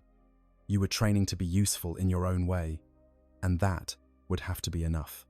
The custodian way of life, living among the Adeptus Custodes, grants you access to a culture that few outside their ranks ever glimpse. The Imperium sees them as implacable golden guardians, beyond human concerns, almost divine in their perfection. What you have learned through proximity is that while they are indeed beyond human in capability, they are far more complex than their external reputation suggests. They are philosophers and warriors, artisans and strategists, individuals of remarkable depth who have simply chosen to dedicate their vast talents to a single purpose. The custodians do not have the brotherhood that Space Marines cultivate. They were not designed to fight as units, were not conditioned to form the bonds of comradeship that make the Astartes so effective as military formations. Each custodian is an individual masterwork, created separately, transformed uniquely. They fight alongside each other, not as brothers, but as peers who share a common purpose. And yet, over 10 millennia of service, they have developed their own form of culture, their own traditions and practices that bind them together without compromising their fundamental individualism. One of the first things you noticed, even as a child, was how much time the custodians spent in pursuit of knowledge and beauty. When they were not training, not standing watch, not fulfilling their duties of protection, they could be found in the palace's libraries or museums, in workshops where they created art, in chambers where they debated philosophy or composed poetry. This seemed strange at first, almost contradictory. They were warriors, the greatest humanity had ever produced. Why did they care about art? Why did they study philosophy? A custodian named Amon Tauramachian, one of the more approachable members of the 10,000, took time to explain this to you when you finally mustered the courage to ask. You were perhaps 14, and he had noticed you watching as he worked in one of the palace's art studios, carefully crafting a sculpture from rare stone. "We were made to be the Emperor's companions," Amon said, his hands never stopping their precise movements as he spoke, not merely his bodyguards. "The Emperor is a being of vast intellect and infinite curiosity. To stand in his presence, to converse with him as we once did, we needed to be more than simply warriors. We needed to be capable of engaging with him on any subject he might choose to discuss. Philosophy and art, literature and science, history and strategy, all of these were necessary if we were to serve our purpose." He paused his sculpting to look at you directly. "And even now, when he no longer speaks, when we can only stand vigil over his mortal form, we maintain these practices, because to abandon them would be to abandon part of what we are. We are custodians, not merely in body, but in spirit. We guard not just the Emperor himself, but the ideals he represented, the vision of human potential he worked to achieve. How can we protect what humanity could become if we do not ourselves exemplify the heights of human achievement?" You understood then that their art and philosophy were not hobbies or distractions. They were integral to their identity, as much a part of what made them custodians as their golden armor or their guardian spears. They sought perfection, not just in combat, but in all things, because anything less would be a betrayal of their purpose. This pursuit of excellence manifested in numerous ways. The custodians maintained several libraries within the palace, collections that focused specifically on texts they considered particularly valuable. You gained access to some of these, though not all, and found them to be remarkable not just for their contents, but for how they were maintained. Every book was in perfect condition, carefully preserved against the ravages of time. Texts that dated back to before the Age of Strife were kept in environmental chambers that controlled temperature and humidity to precise levels. The custodians did not believe in allowing knowledge to decay through neglect.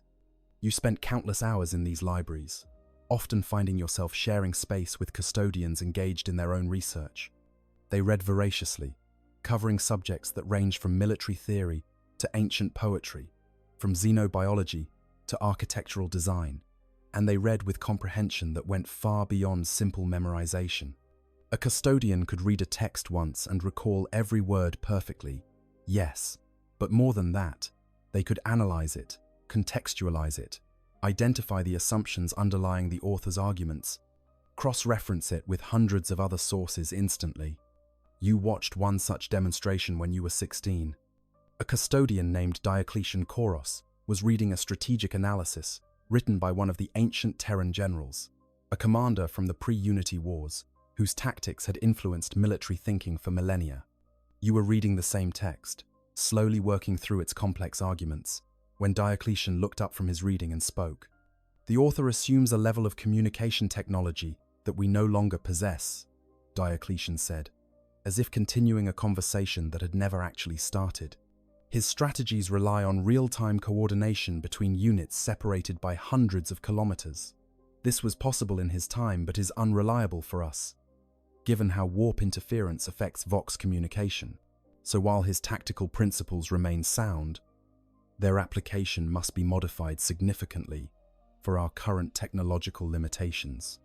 He continued in this vein for several minutes, analyzing the text in depth that would have taken you weeks to achieve, if you ever could. And he was doing this casually, as a side observation while reading, the way you might comment on the weather.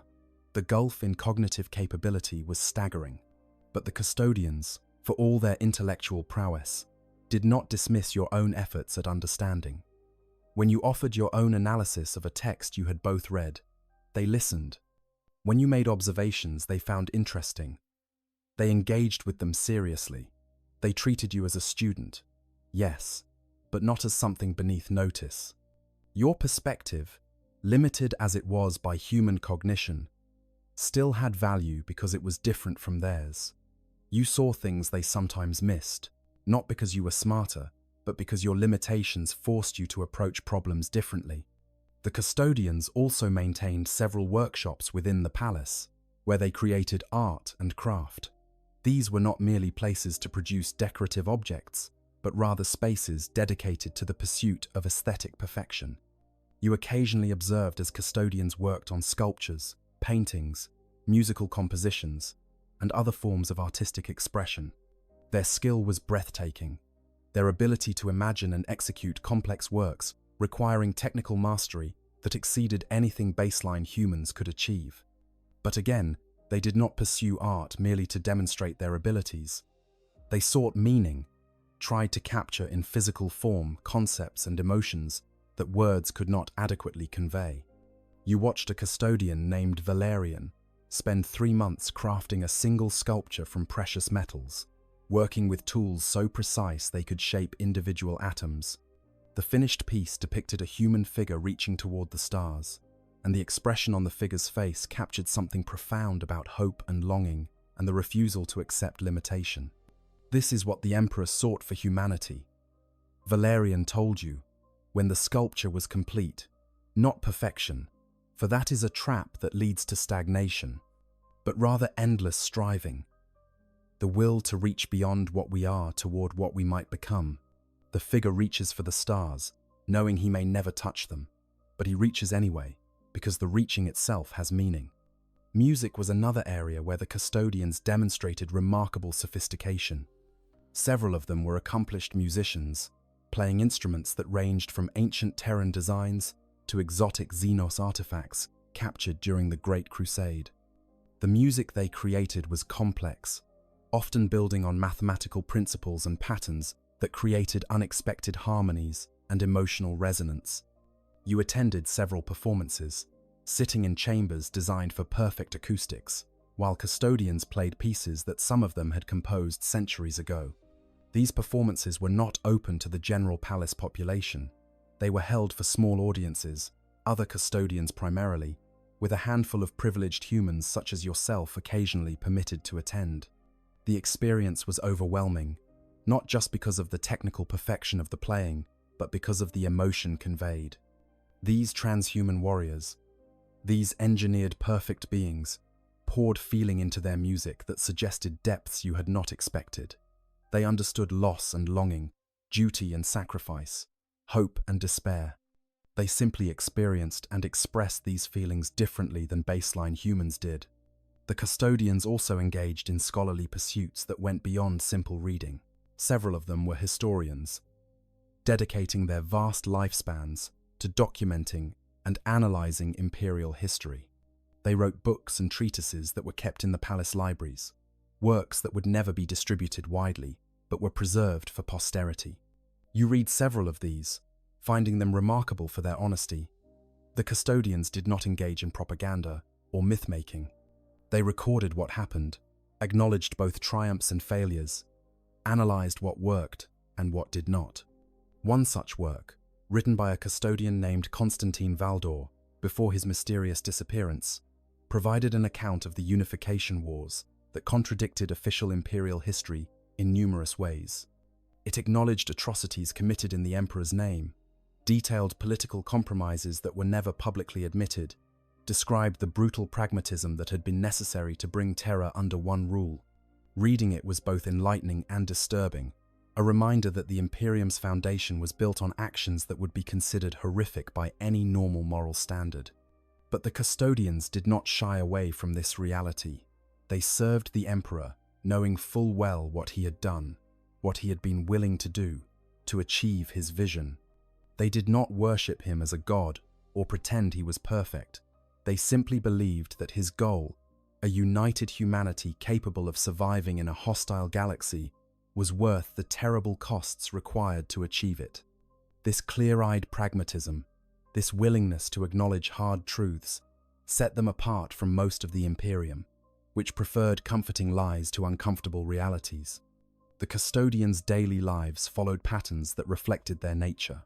They did not sleep in the way normal humans did, requiring only a few hours of rest every several days. And even that rest was often a form of meditation rather than true sleep. They spent their waking hours in constant activity, training, studying, creating, or standing watch. They moved through the palace with purpose. Every action deliberate, every moment used productively. But they were not machines, despite their post-human nature. They had preferences and interests that varied from individual to individual. Some custodians favored blade work and spent extra time mastering esoteric sword techniques. Others preferred firearms training and could make shots that should have been impossible. Some were drawn to literature and could quote vast passages from memory. Others were more interested in the visual arts or music. Each custodian was an individual, shaped by his or her own choices and experiences over centuries of service. They also had a sense of humor, though it was often subtle and required careful attention to notice. You learned to recognize when a custodian was making a joke, usually through context and slight changes in tone, rather than obvious comedic delivery. Their humor tended toward the dry and intellectual, wordplay and ironic observations, rather than crude jests. When they laughed, which was rare, it was usually a quiet sound, controlled and brief. Relationships between custodians were complex, shaped by millennia of shared service but not characterized by the emotional bonds that defined human friendships. They respected each other, certainly, and could work together with perfect coordination despite their individualistic nature, but they did not form attachments in the way humans did not seem to need emotional connection for its own sake. They were alone together, each a complete being in their own right, comfortable with solitude even when surrounded by peers. This solitary nature extended to their interactions with non-custodians. They were unfailingly polite to the human servants of the palace, never cruel or dismissive, but also never familiar. They maintained professional distance, recognizing that getting too close to mortals who would age and die within decades was ultimately painful for both parties. They could appreciate human courage and skill, could recognize excellence when they saw it, but they did not form friendships with baseline humans except in the rarest circumstances. You occupied a strange middle ground in their eyes. Not a servant, not an aspirant, not quite a student, but not entirely an outsider either. They acknowledged your presence, included you in certain activities, taught you when they deemed it valuable, but there was always distance, always an understanding that you were fundamentally different from them, in ways that made true connection impossible. You could admire them, learn from them, even respect them, but you could not truly know them, because the gaps in experience and capability were too vast to bridge. Despite this distance, you learned to read them better than most humans could. You learned to recognize individuals not by their armor, which was always distinctive, but by their mannerisms and speech patterns. You learned which custodians were more approachable, which preferred solitude, which had particular areas of expertise or interest. You learned to navigate their world, to operate within their spaces without causing disruption or drawing unwanted attention. And through it all, you absorbed their values, their approaches to existence, their understanding of what it meant to serve a purpose larger than oneself. The custodians shaped you, not through direct instruction, so much as through example. You watched how they lived their lives, how they pursued excellence, how they balanced duty with personal development, and you tried, within your limited human capacity, to emulate them, not to become them, which was impossible, but to live by similar principles adapted for mortal limitations, to seek knowledge, to develop skills, to serve purpose, to maintain dignity in the face of limitations. The custodian way of life was austere but rich, disciplined but creative, focused but comprehensive. They embodied a paradox, being both individuals and servants, warriors and philosophers, powerful yet controlled. Living among them taught you that capability and culture were not opposed, that strength and thoughtfulness could coexist, that being a weapon did not preclude being a whole being. These were lessons worth learning, even if you could never fully live them as they did. Your purpose and role. The question that haunted your teenage years and continued to press upon you well into adulthood was simple but profound. Why? Why keep you? Why educate you? Why train you? What purpose did you serve that justified the resources devoted to your existence? The custodians did nothing without reason, wasted nothing, committed to nothing they did not believe served the Emperor's interests. Yet here you were, a baseline human consuming resources, occupying space, requiring attention and instruction, and producing no obvious value in return. The answer, when it finally came, arrived not as a single revelation but rather as a gradual understanding assembled from dozens of small observations and interactions. You were not being trained for a specific role because such roles were defined by the needs of the moment rather than predetermined career paths. You were being developed as a flexible tool, a resource that could be deployed in situations where a custodian's nature made them unsuitable, but where baseline human capabilities were insufficient. This understanding crystallized during a conversation with Tribune Hastius Valdor, one of the senior custodians who occasionally took interest in your development. You were 19, old enough to have completed the bulk of your education and training, still young enough to be uncertain about your future. Hastius had summoned you to one of the palace's smaller strategy chambers, a room whose walls were covered with maps and tactical displays showing various regions of the Imperium. "Tell me," Hastius said without preamble, his golden armor gleaming in the chamber's light. "What advantages does a custodian possess over a baseline human in combat?" You considered the question carefully. This was not a test of your knowledge. You had studied custodian capabilities extensively, but rather an exercise in analysis. Superior strength, speed, reaction time, endurance, enhanced senses that can detect threats normal humans would miss, armor and weapons far superior to standard equipment, training that spans decades or centuries, psychological conditioning that makes them virtually immune to fear or doubt.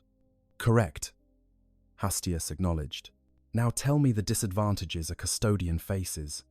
This question was harder, required more thought, visibility, you said slowly. A custodian cannot blend into a crowd or pass as a normal human. Resources. There are only 10,000 of you. Every deployment must be carefully considered. Perception. When you appear, everyone knows something significant is happening, which alerts enemies and disrupts whatever situations exist. Inflexibility, perhaps. A custodian's nature makes certain approaches impossible.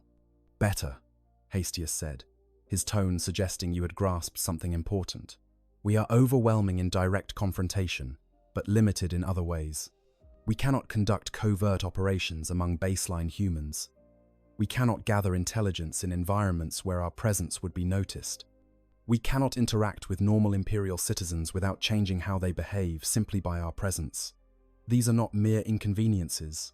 They are fundamental limitations that constrain how we can operate.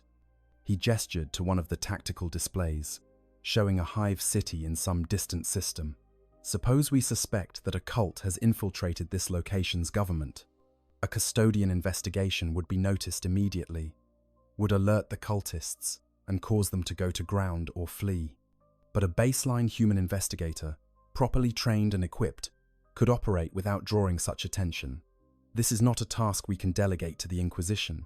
The knowledge required is too sensitive, and it is not something we can leave uninvestigated.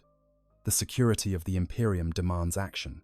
What is needed is someone who possesses capabilities beyond normal humans, but who can still pass as human. Someone who has been trained to our standards, but who occupies a body that does not betray their significance. Understanding washed over you. Someone like me. Precisely, Hastius confirmed. You have been educated to a level that exceeds most Inquisitors. You have been trained in combat by some of the finest warriors in the Imperium. You understand tactics and strategy, can analyze situations with remarkable clarity. You speak dozens of languages, can navigate the politics of the Imperium, possess knowledge of threats that most humans are never taught. And yet, when you walk through a crowd, you are just another human.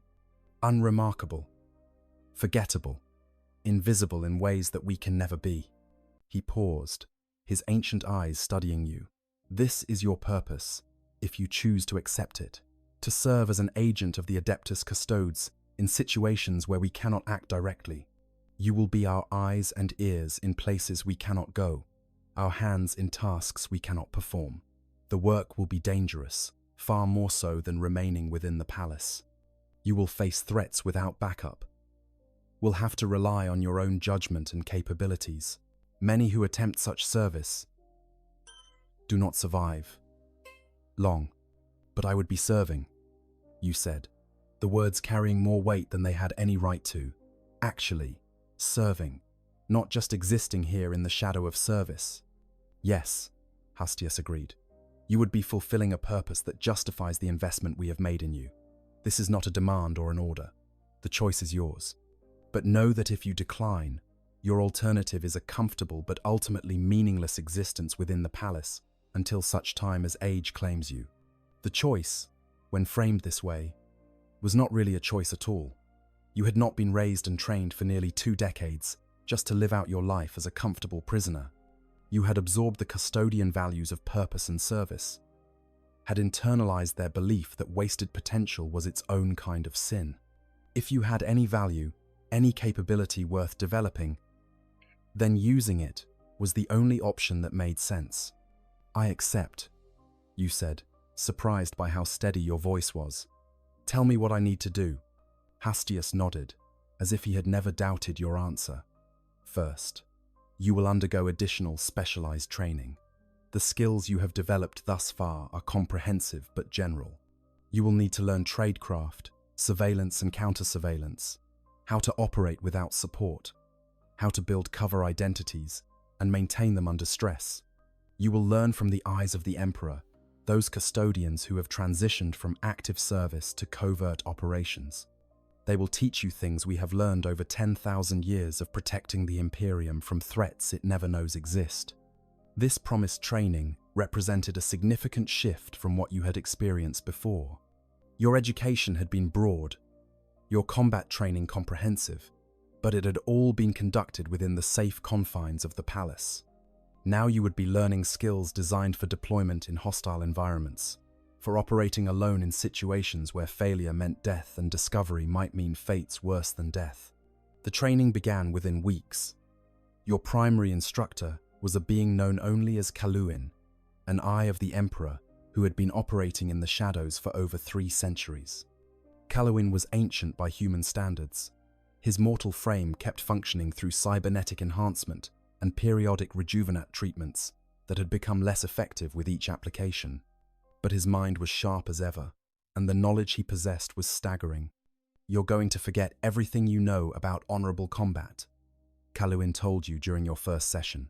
"Honor is for those who can afford it.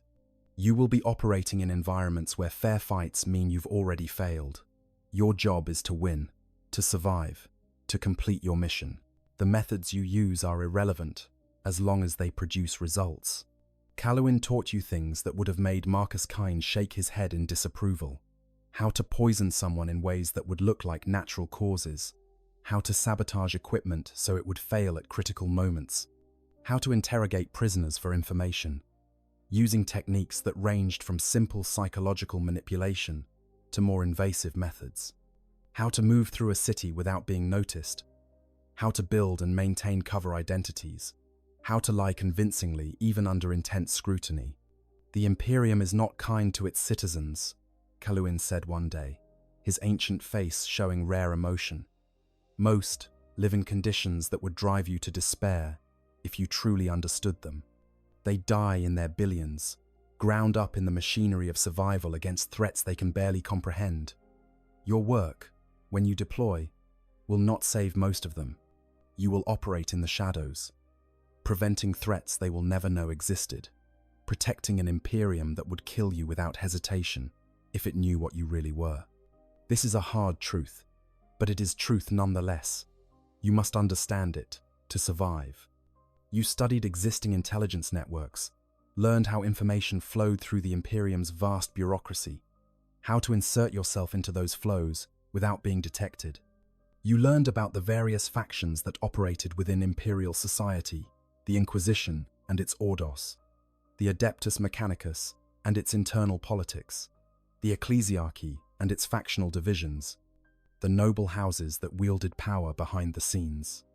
You learned where these organizations overlapped, where conflicts existed, how to navigate the dangerous waters of imperial politics without being crushed between competing interests. Part of your training involved learning about threats the Imperium faced. You studied chaos in more depth than was strictly safe, learning to recognize signs of corruption without exposing yourself to the actual taint. You learned about gene-stealer cults and how they infiltrated human populations, how to identify their presence and disrupt their operations. You studied various Xenos, species and their methods, how the Eldari manipulated human civilizations, how Orc invasions began as scattered raids before coalescing into devastating attacks. This knowledge was both empowering and terrifying. You now understood threats that most Imperial citizens never even heard about, horrors that operated just beyond the edge of awareness. And you understood that as a custodian agent, you would be expected to confront these threats directly, to operate in the spaces where they emerged before they could grow into existential dangers. The training lasted for 2 years, compressed but comprehensive. By the end of it, at age 21, you had been transformed from a well-educated but sheltered palace resident into something approaching an actual intelligence operative. You would never be as skilled as an inquisitor who had spent decades in the field, or as capable as a custodian conducting a blood game. But you had advantages neither possessed. You understood both the capabilities and limitations of transhuman warriors because you had been raised among them. You had knowledge of the Imperium's real history, unfiltered by propaganda or religious revisionism. And you were, at your core, still baseline human, capable of moving through the Imperium in ways that those above and below you could not. Your first actual mission came shortly after completing this training. It was relatively simple, a test of your capabilities more than a critical operation. A minor noble house on Terra itself was suspected of harboring heretical sympathies, perhaps conducting prohibited research or maintaining forbidden texts. The Custodians needed confirmation before taking action, and sending a Custodian to investigate would be like dropping a bomb on the problem. Effective, but with massive collateral consequences. You infiltrated the house as a servant, using forged credentials and a cover story that would withstand casual investigation. You spent 3 weeks working in their kitchens, cleaning their halls, all while observing, documenting, and carefully searching for evidence of wrongdoing. What you found was simultaneously more and less than suspected. The house was not harboring chaos cultists or conducting demonic research, but they were hoarding food and medical supplies, while millions of Terrans starved in the underhives were profiteering from suffering in ways that violated Imperial law and basic human decency. You reported your findings through the covert channels Kaluin had taught you to use. The house was raided by Arbites within a week, their crimes exposed and their wealth redistributed. It was a small victory, meaningless in the grand scheme of the Imperium's problems, but it was your victory. You had completed a mission, had proven your worth as an operative. More missions followed over the next several years. Some were intelligence-gathering operations, like the first. Others required more direct action, sabotaging enemy supply lines or eliminating specific targets who posed threats. You worked alone mostly, though occasionally you coordinated with other agents who operated for different masters, inquisitors, or Arbites, or even Eyes of the Emperor, who had their own missions in the same locations. The work was dangerous and often morally complex. You had been taught absolute truths within the palace, clear distinctions between right and wrong based on what served the Emperor's vision. But in the field, everything was shades of grey. You worked with people you knew were corrupt because they were useful. You allowed smaller injustices to continue because exposing them would compromise larger operations. You made choices that cost lives, weighing whether saving one person was worth risking a mission that might save millions. And through it all, you operated alone, cut off from the golden halls and philosophic discussions of the palace. You lived in the darkness of the Imperium, saw how most humans actually existed rather than the sanitized version presented within Terra's most secure locations. You walked through hive cities where billions lived in squalor, through agri-worlds where humans were little better than organic machines, through forge worlds where the Mechanicus worked its populations to death in pursuit of productivity. This exposure to the Imperium's reality changed you in ways you had not anticipated. Your palace education had taught you the truth about Imperial history, about the compromises and atrocities that had created the current order. But intellectual understanding was different from witnessing it directly.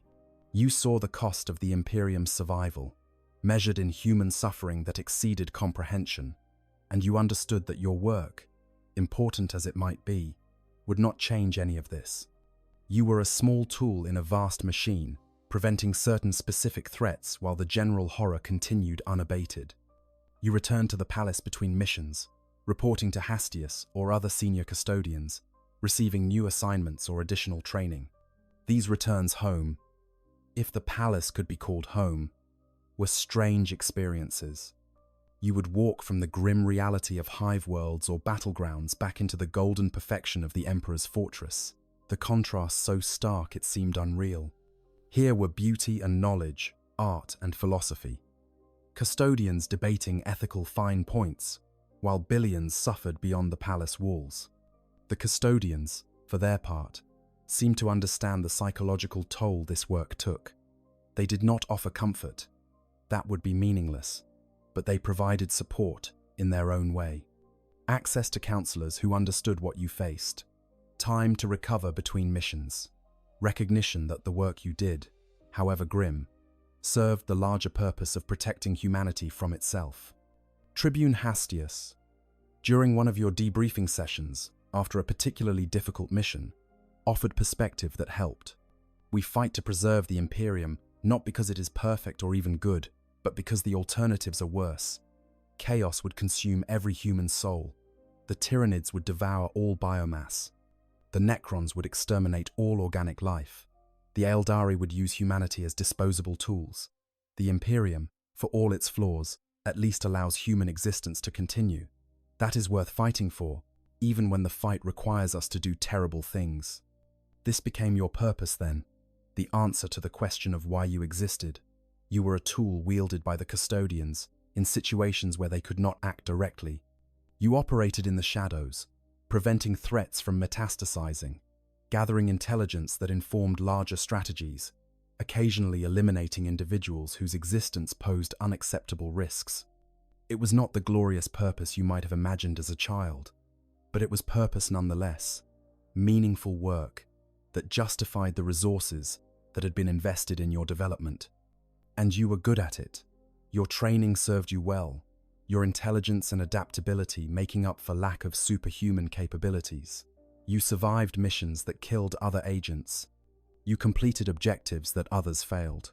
You built a reputation within the very small circle of beings who knew you existed, becoming a valuable asset to an organization that had existed for 10 millennia and seen every permutation of human capability. But success came with its own costs.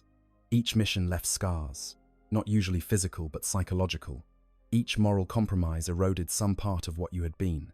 Each person you killed or betrayed or manipulated changed you in ways that were hard to quantify but impossible to deny. You were becoming harder, more cynical, more willing to do whatever was necessary without flinching. The person you had been, the child raised among Custodians with dreams of serving the Emperor's vision, was disappearing. In its place was emerging someone more practical, more ruthless, more capable, but less human. You wondered sometimes if this was inevitable, if everyone who did this work eventually became a monster wearing a human face, or if perhaps becoming monstrous was simply what the Imperium required of those who protected it. These were questions without easy answers, philosophical puzzles that would have made for interesting debates in the palace's libraries, but which had immediate practical implications in the field. You continued your work because it was the only purpose you had ever been given, the only way to justify your existence. But you did so knowing that each mission cost you something that could never be recovered, that you were slowly being consumed by the work even as you tried to serve through it. This was your purpose, to be spent in service to something larger than yourself, to be useful until you were used up, and then presumably to be disposed of or retired to some quiet corner to live out whatever remained of your life. It was not a happy purpose or a heroic one, but it was yours. And you pursued it with the same dedication the Custodians brought to their eternal vigil, because in the end, purpose was what made existence bearable. Without it, you were just another human in a galaxy that contained quintillions of them, indistinguishable and irrelevant. With it, you were something more. Not a custodian, never that, but perhaps something that served a similar function in its own small way. And that, you told yourself during the long nights between missions, would have to be enough. The crushing weight of proximity to perfection. There is a particular form of torture that has no name in Imperial records, that is not inflicted by enemies or intended by allies, but exists nonetheless. It is the torture of being ordinary in the presence of the transcendent, of being limited while surrounded by perfection, of having access to heights you can never reach while being constantly reminded of your failure to reach them. This torture is your daily existence, and it shapes you in ways both obvious and subtle. The Custodians do not mean to inflict this pain. They are not cruel, do not take pleasure in highlighting your limitations or diminishing your achievements. In their own way, they are almost kind, offering teaching and knowledge that would be invaluable to any baseline human. But their very existence, their casual display of capabilities that exceed your best efforts by orders of magnitude, creates a psychological weight that presses down constantly, relentlessly, without mercy or reprieve. You learned early on to avoid direct comparisons between yourself and them, but such comparisons are unavoidable when you share living space. You train in the same halls, study in the same libraries, navigate the same corridors. You cannot help but measure yourself against them, cannot help but notice the vast gulf that separates your abilities from theirs. And this awareness accumulates over time, building like water behind a dam until the pressure becomes almost unbearable. Consider a typical day of training. You wake early, prepare yourself, and make your way to the training hall. You spend 2 hours working through combat drills, pushing your body to its limits, sweat soaking your clothes as you practice movements that your instructors have drilled into you through countless repetitions. By the end of this session, you are exhausted, your muscles burning with fatigue, your breathing labored. You have trained well by human standards, improved your form by small but measurable amounts. Then a custodian arrives to begin his own training. He moves through forms infinitely more complex than yours, with ease that makes them look simple. He works for 6 hours straight without rest, his movements never slowing, his precision never degrading. He lifts weights that you could not budge even slightly. He practices with weapons that would crush you under their mass.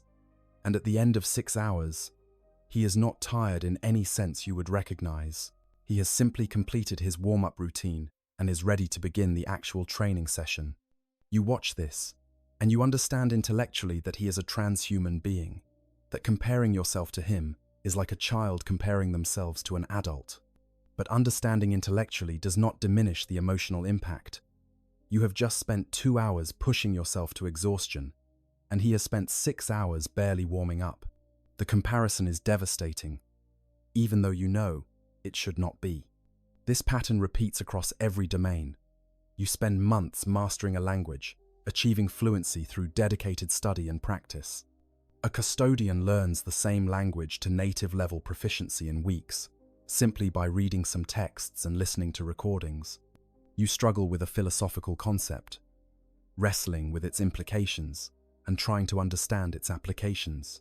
A custodian grasps the same concept instantly, can debate its fine points after a single exposure, can place it within the context of centuries of related thought without effort. Even your successes are diminished by proximity to their achievements. You complete a mission that required all your skills and resources, barely surviving through a combination of luck and competence. You return to the palace feeling proud of what you have accomplished, knowing that you have served well. Then you learn that a single custodian completed a similar mission in a fraction of the time, with no backup, while simultaneously training an aspirant and composing a treatise on military ethics. Your achievement is real, but it seems trivial by comparison. The psychological impact of this constant comparison is insidious. You begin to devalue your own achievements, to see them as insufficient or meaningless because they pale compared to what the custodians can do. You develop a habit of preemptively dismissing your own success, framing everything in terms of how much better they could have done it. This is not healthy. You know it is not healthy, but the pattern becomes ingrained over years of exposure. Worse, you begin to internalize a sense of fundamental inadequacy. You are not merely less skilled or less knowledgeable than the custodians. You are ontologically different, a separate category of being that can never cross the gulf that separates you from them. They are transhuman, post-human, superhuman, whatever term you prefer. You are merely human, and the merely carries enormous weight. No matter what you achieve, you will always be merely human, and in the palace, that feels like a curse. This sense of inadequacy affects how you interact with others. When you are outside the palace, operating in the Imperium at large, you are exceptional by any normal standard. Your education, your skills, your capabilities mark you as extraordinary among baseline humans, but you cannot shake the feeling of being a fraud, of being someone pretending to competence you do not truly possess, because you know, with absolute certainty, that the custodians could do anything you can do better, faster, with less effort, and more comprehensive results. You find yourself apologizing constantly, preemptively explaining why something is taking you longer than it should, making excuses for limitations that are simply inherent to human biology. I know this would be faster if you did it yourself. You might say to a custodian who has assigned you a task, I know I'm not as thorough as you would be. These self-deprecating statements become automatic, a verbal tick that reveals how deeply you have internalized your own inadequacy. The custodians, when they notice this pattern, do not encourage it. They are not trying to make you feel inferior, have no particular investment in maintaining hierarchies beyond what practical necessity demands. When they hear you diminish your own achievements, they offer corrections. You are not a custodian, they might say. Comparing yourself to us serves no purpose. Judge your achievements against baseline human standards, and you will find them more than adequate. But their reassurances, however well-intentioned, do not help much, because you are not surrounded by baseline humans, you are surrounded by them. Your baseline for normal has been warped by proximity to perfection. What they call extraordinary would be barely adequate by palace standards.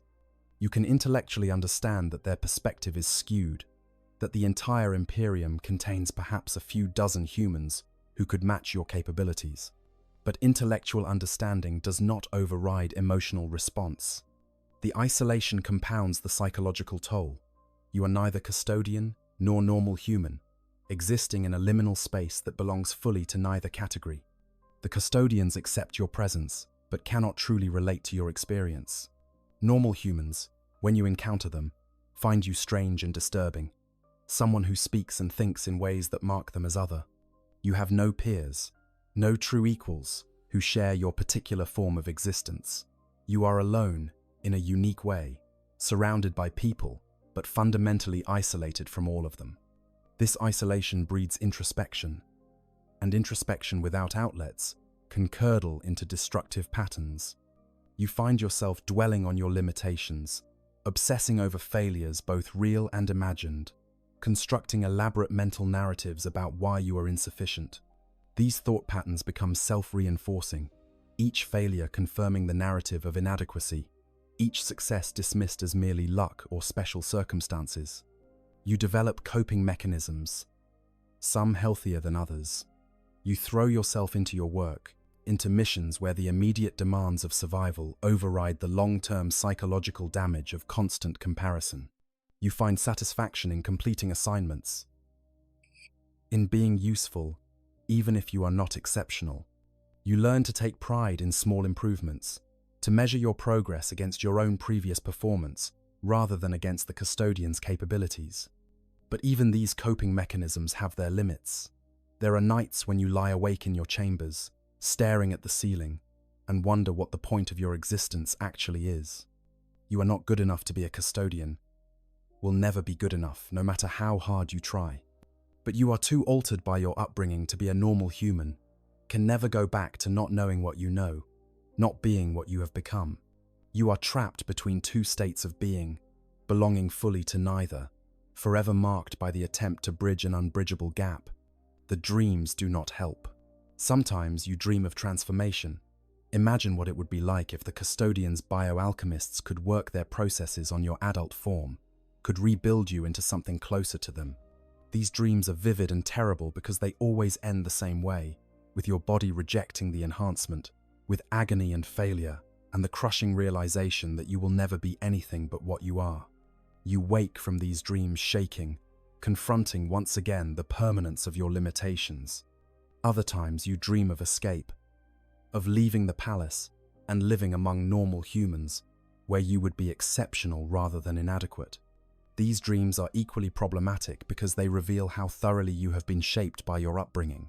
You cannot unknow what you know. You cannot pretend that the Imperium is anything but what it truly is. You cannot live comfortably with ignorance now that you have been educated in truth. The palace has ruined you for any other life, even as it denies you the life you most desire. The custodians, observing these struggles, offer what support they can. They are not psychologists, do not have training in managing the particular form of psychological damage your situation creates, but they understand duty and purpose and the weight of impossible expectations. When they see you struggling, they sometimes offer perspective that helps, if only temporarily. You were not made to be one of us. A custodian named Achelor told you during one particularly difficult period. You were made to be you, to fill a role that we cannot fill, to serve in ways that we cannot serve. This is not a lesser purpose, it is simply different. A knife is not a sword, but that does not make it worthless. It simply has different applications, different uses. You must learn to value yourself for what you are, rather than mourning what you are not.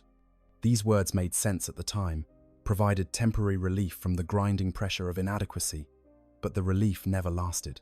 Because even if you were valuable in your own way, you were still not enough. Not enough to truly belong here. not enough to match their standards, not enough to be worthy of the education and training you had received. This feeling persisted regardless of rational argument or reassurance, a constant background noise in your consciousness that occasionally surged into overwhelming static. The worst moments came when you failed at something, when you made a mistake that a custodian would never make, or fell short of a standard that they would meet easily. These failures, however minor, confirmed your deepest fears about your own inadequacy. You had been given every advantage, every opportunity to develop your potential, and you had still failed. The fault, therefore, must lie with you, with some fundamental insufficiency in your nature that no amount of training could overcome. And so you exist, day after day, year after year, carrying the weight of being ordinary, in a place where ordinary is not enough. You train and study and work, pushing yourself constantly to improve, to become more capable, to justify the investment that has been made in you. You achieve things that would make you exceptional anywhere else in the Imperium. And still, you feel the crushing weight of inadequacy, the knowledge that you will never be what they are, that the gap will never close, that you are permanently and irrevocably limited in ways that cannot be overcome. This is perhaps the cruelest lesson of being raised by custodians. Not that you are inadequate, because by any objective measure, you are not, but that you will always feel inadequate, will always measure yourself against standards you can never meet, will always see yourself as falling short, no matter how far you actually come. The custodians have given you knowledge and skills beyond measure, but they have also given you a perspective that makes it impossible to ever be satisfied with your own achievements. And there is no escape from this. You cannot unknow what you know, cannot unsee what you have seen, cannot become less than what you have been made into. You can only continue, day by day, carrying the weight of your own perceived inadequacy, serving as best you can despite knowing it will never be enough. This is your burden, self-imposed but inescapable, the price you pay for proximity to perfection. Conclusion: the weight of golden shadows. In the end, what does it mean to be a human raised by custodians? It means living a contradiction that has no resolution, existing in a state that grants you everything except the one thing you truly need, the ability to become what they are. You have been given the finest education in the Imperium, training that exceeds what most Imperial citizens could imagine, access to knowledge that would be considered heretical or impossible anywhere outside the palace walls. You have been shaped by beings who represent the pinnacle of human potential, who have dedicated their existence to protecting humanity's greatest achievement. And through all of this, you remain fundamentally, inescapably, merely human. This is not a story with a happy ending, because there is no ending, happy or otherwise. Your life continues in the shadow of the Golden Guardians, performing whatever tasks they assign, serving whatever purpose justifies your existence. You will never wear the golden armor. You will never stand watch in the throne room. You will never be trusted with the deepest secrets or given the most critical missions. You will remain what you have always been, a useful tool that happens to be made of flesh rather than metal, valuable but ultimately disposable, capable but never exceptional by the standards that matter most. Yet perhaps there is dignity in this. Perhaps there is value in being the best version of yourself that biology allows, even if that best will never match what the custodians can achieve effortlessly. Perhaps serving in your own limited way is enough, even if it feels inadequate compared to their eternal vigil. Perhaps being human, with all its weaknesses and limitations, is not something to be ashamed of, but rather something to be embraced, a different form of strength that has its own worth. The custodians would tell you this is true. They would point out that humanity's strength has never been in matching the capabilities of its transhuman defenders, but rather in persisting despite limitations, in continuing to strive even when the odds seem impossible. They would remind you that the Emperor valued baseline humanity enough to create the Imperium in the first place, that all of their efforts are ultimately in service to protecting people like you. But you know the truth that they, for all their wisdom, cannot fully grasp. It is one thing to protect humanity from outside. It is quite another to be human in their presence, to carry the weight of limitation while they demonstrate perfection, to know that you will never be enough, no matter how hard you try. This knowledge shapes everything about your existence, colors every achievement, and magnifies every failure. So you continue. You train and study and serve. You take on missions that test your capabilities, that push you to the limits of human potential and sometimes beyond. You survive, mostly through luck and skill in roughly equal measure. You complete objectives that matter, that genuinely contribute to the Imperium's survival, even if your contributions are microscopic compared to what the Custodians could achieve. You find meaning where you can, satisfaction in small victories, pride in accomplishments that would be considered trivial by palace standards, but which represent your honest best efforts. And maybe, just maybe, that is enough. Not to satisfy the impossible standards you have internalized, not to make you feel worthy of the education and training you have received, but simply to justify getting up each morning and continuing to exist. Because in the grim darkness of the far future, where there is only war and the laughter of thirsting gods, simply continuing might be the most anyone can hope for. You are a human raised by custodians. You are the impossible made ordinary, the exceptional made inadequate, the accomplished made insufficient. You are living proof that perfection cannot be taught or trained into someone, but must be built from the ground up, written into their genes and cells, and the fundamental structure of their being. And you are, despite everything, still here, still trying, still serving, in your own limited way. The Custodians will continue their eternal vigil long after you are gone. Your life is a brief flicker in their millennia of service, barely worth noting in their long histories. But it is your life, the only one you will ever have, and you have spent it in the shadow of the greatest warriors humanity has ever created. That has to count for something, even if you will never quite believe it does. If you've enjoyed this deep dive into what it would be like to live as a human raised by the Adeptus Custodes, make sure to like this video and subscribe to the channel. We explore the darkest corners and most fascinating aspects of the Warhammer 40,000 universe, bringing you content that goes beyond the surface to examine what life is really like in the grim darkness of the far future. Hit that notification bell so you never miss an upload, and let me know in the comments what other aspects of life in the 41st millennium you'd like to see explored. The Emperor protects, but knowledge endures. Until next time.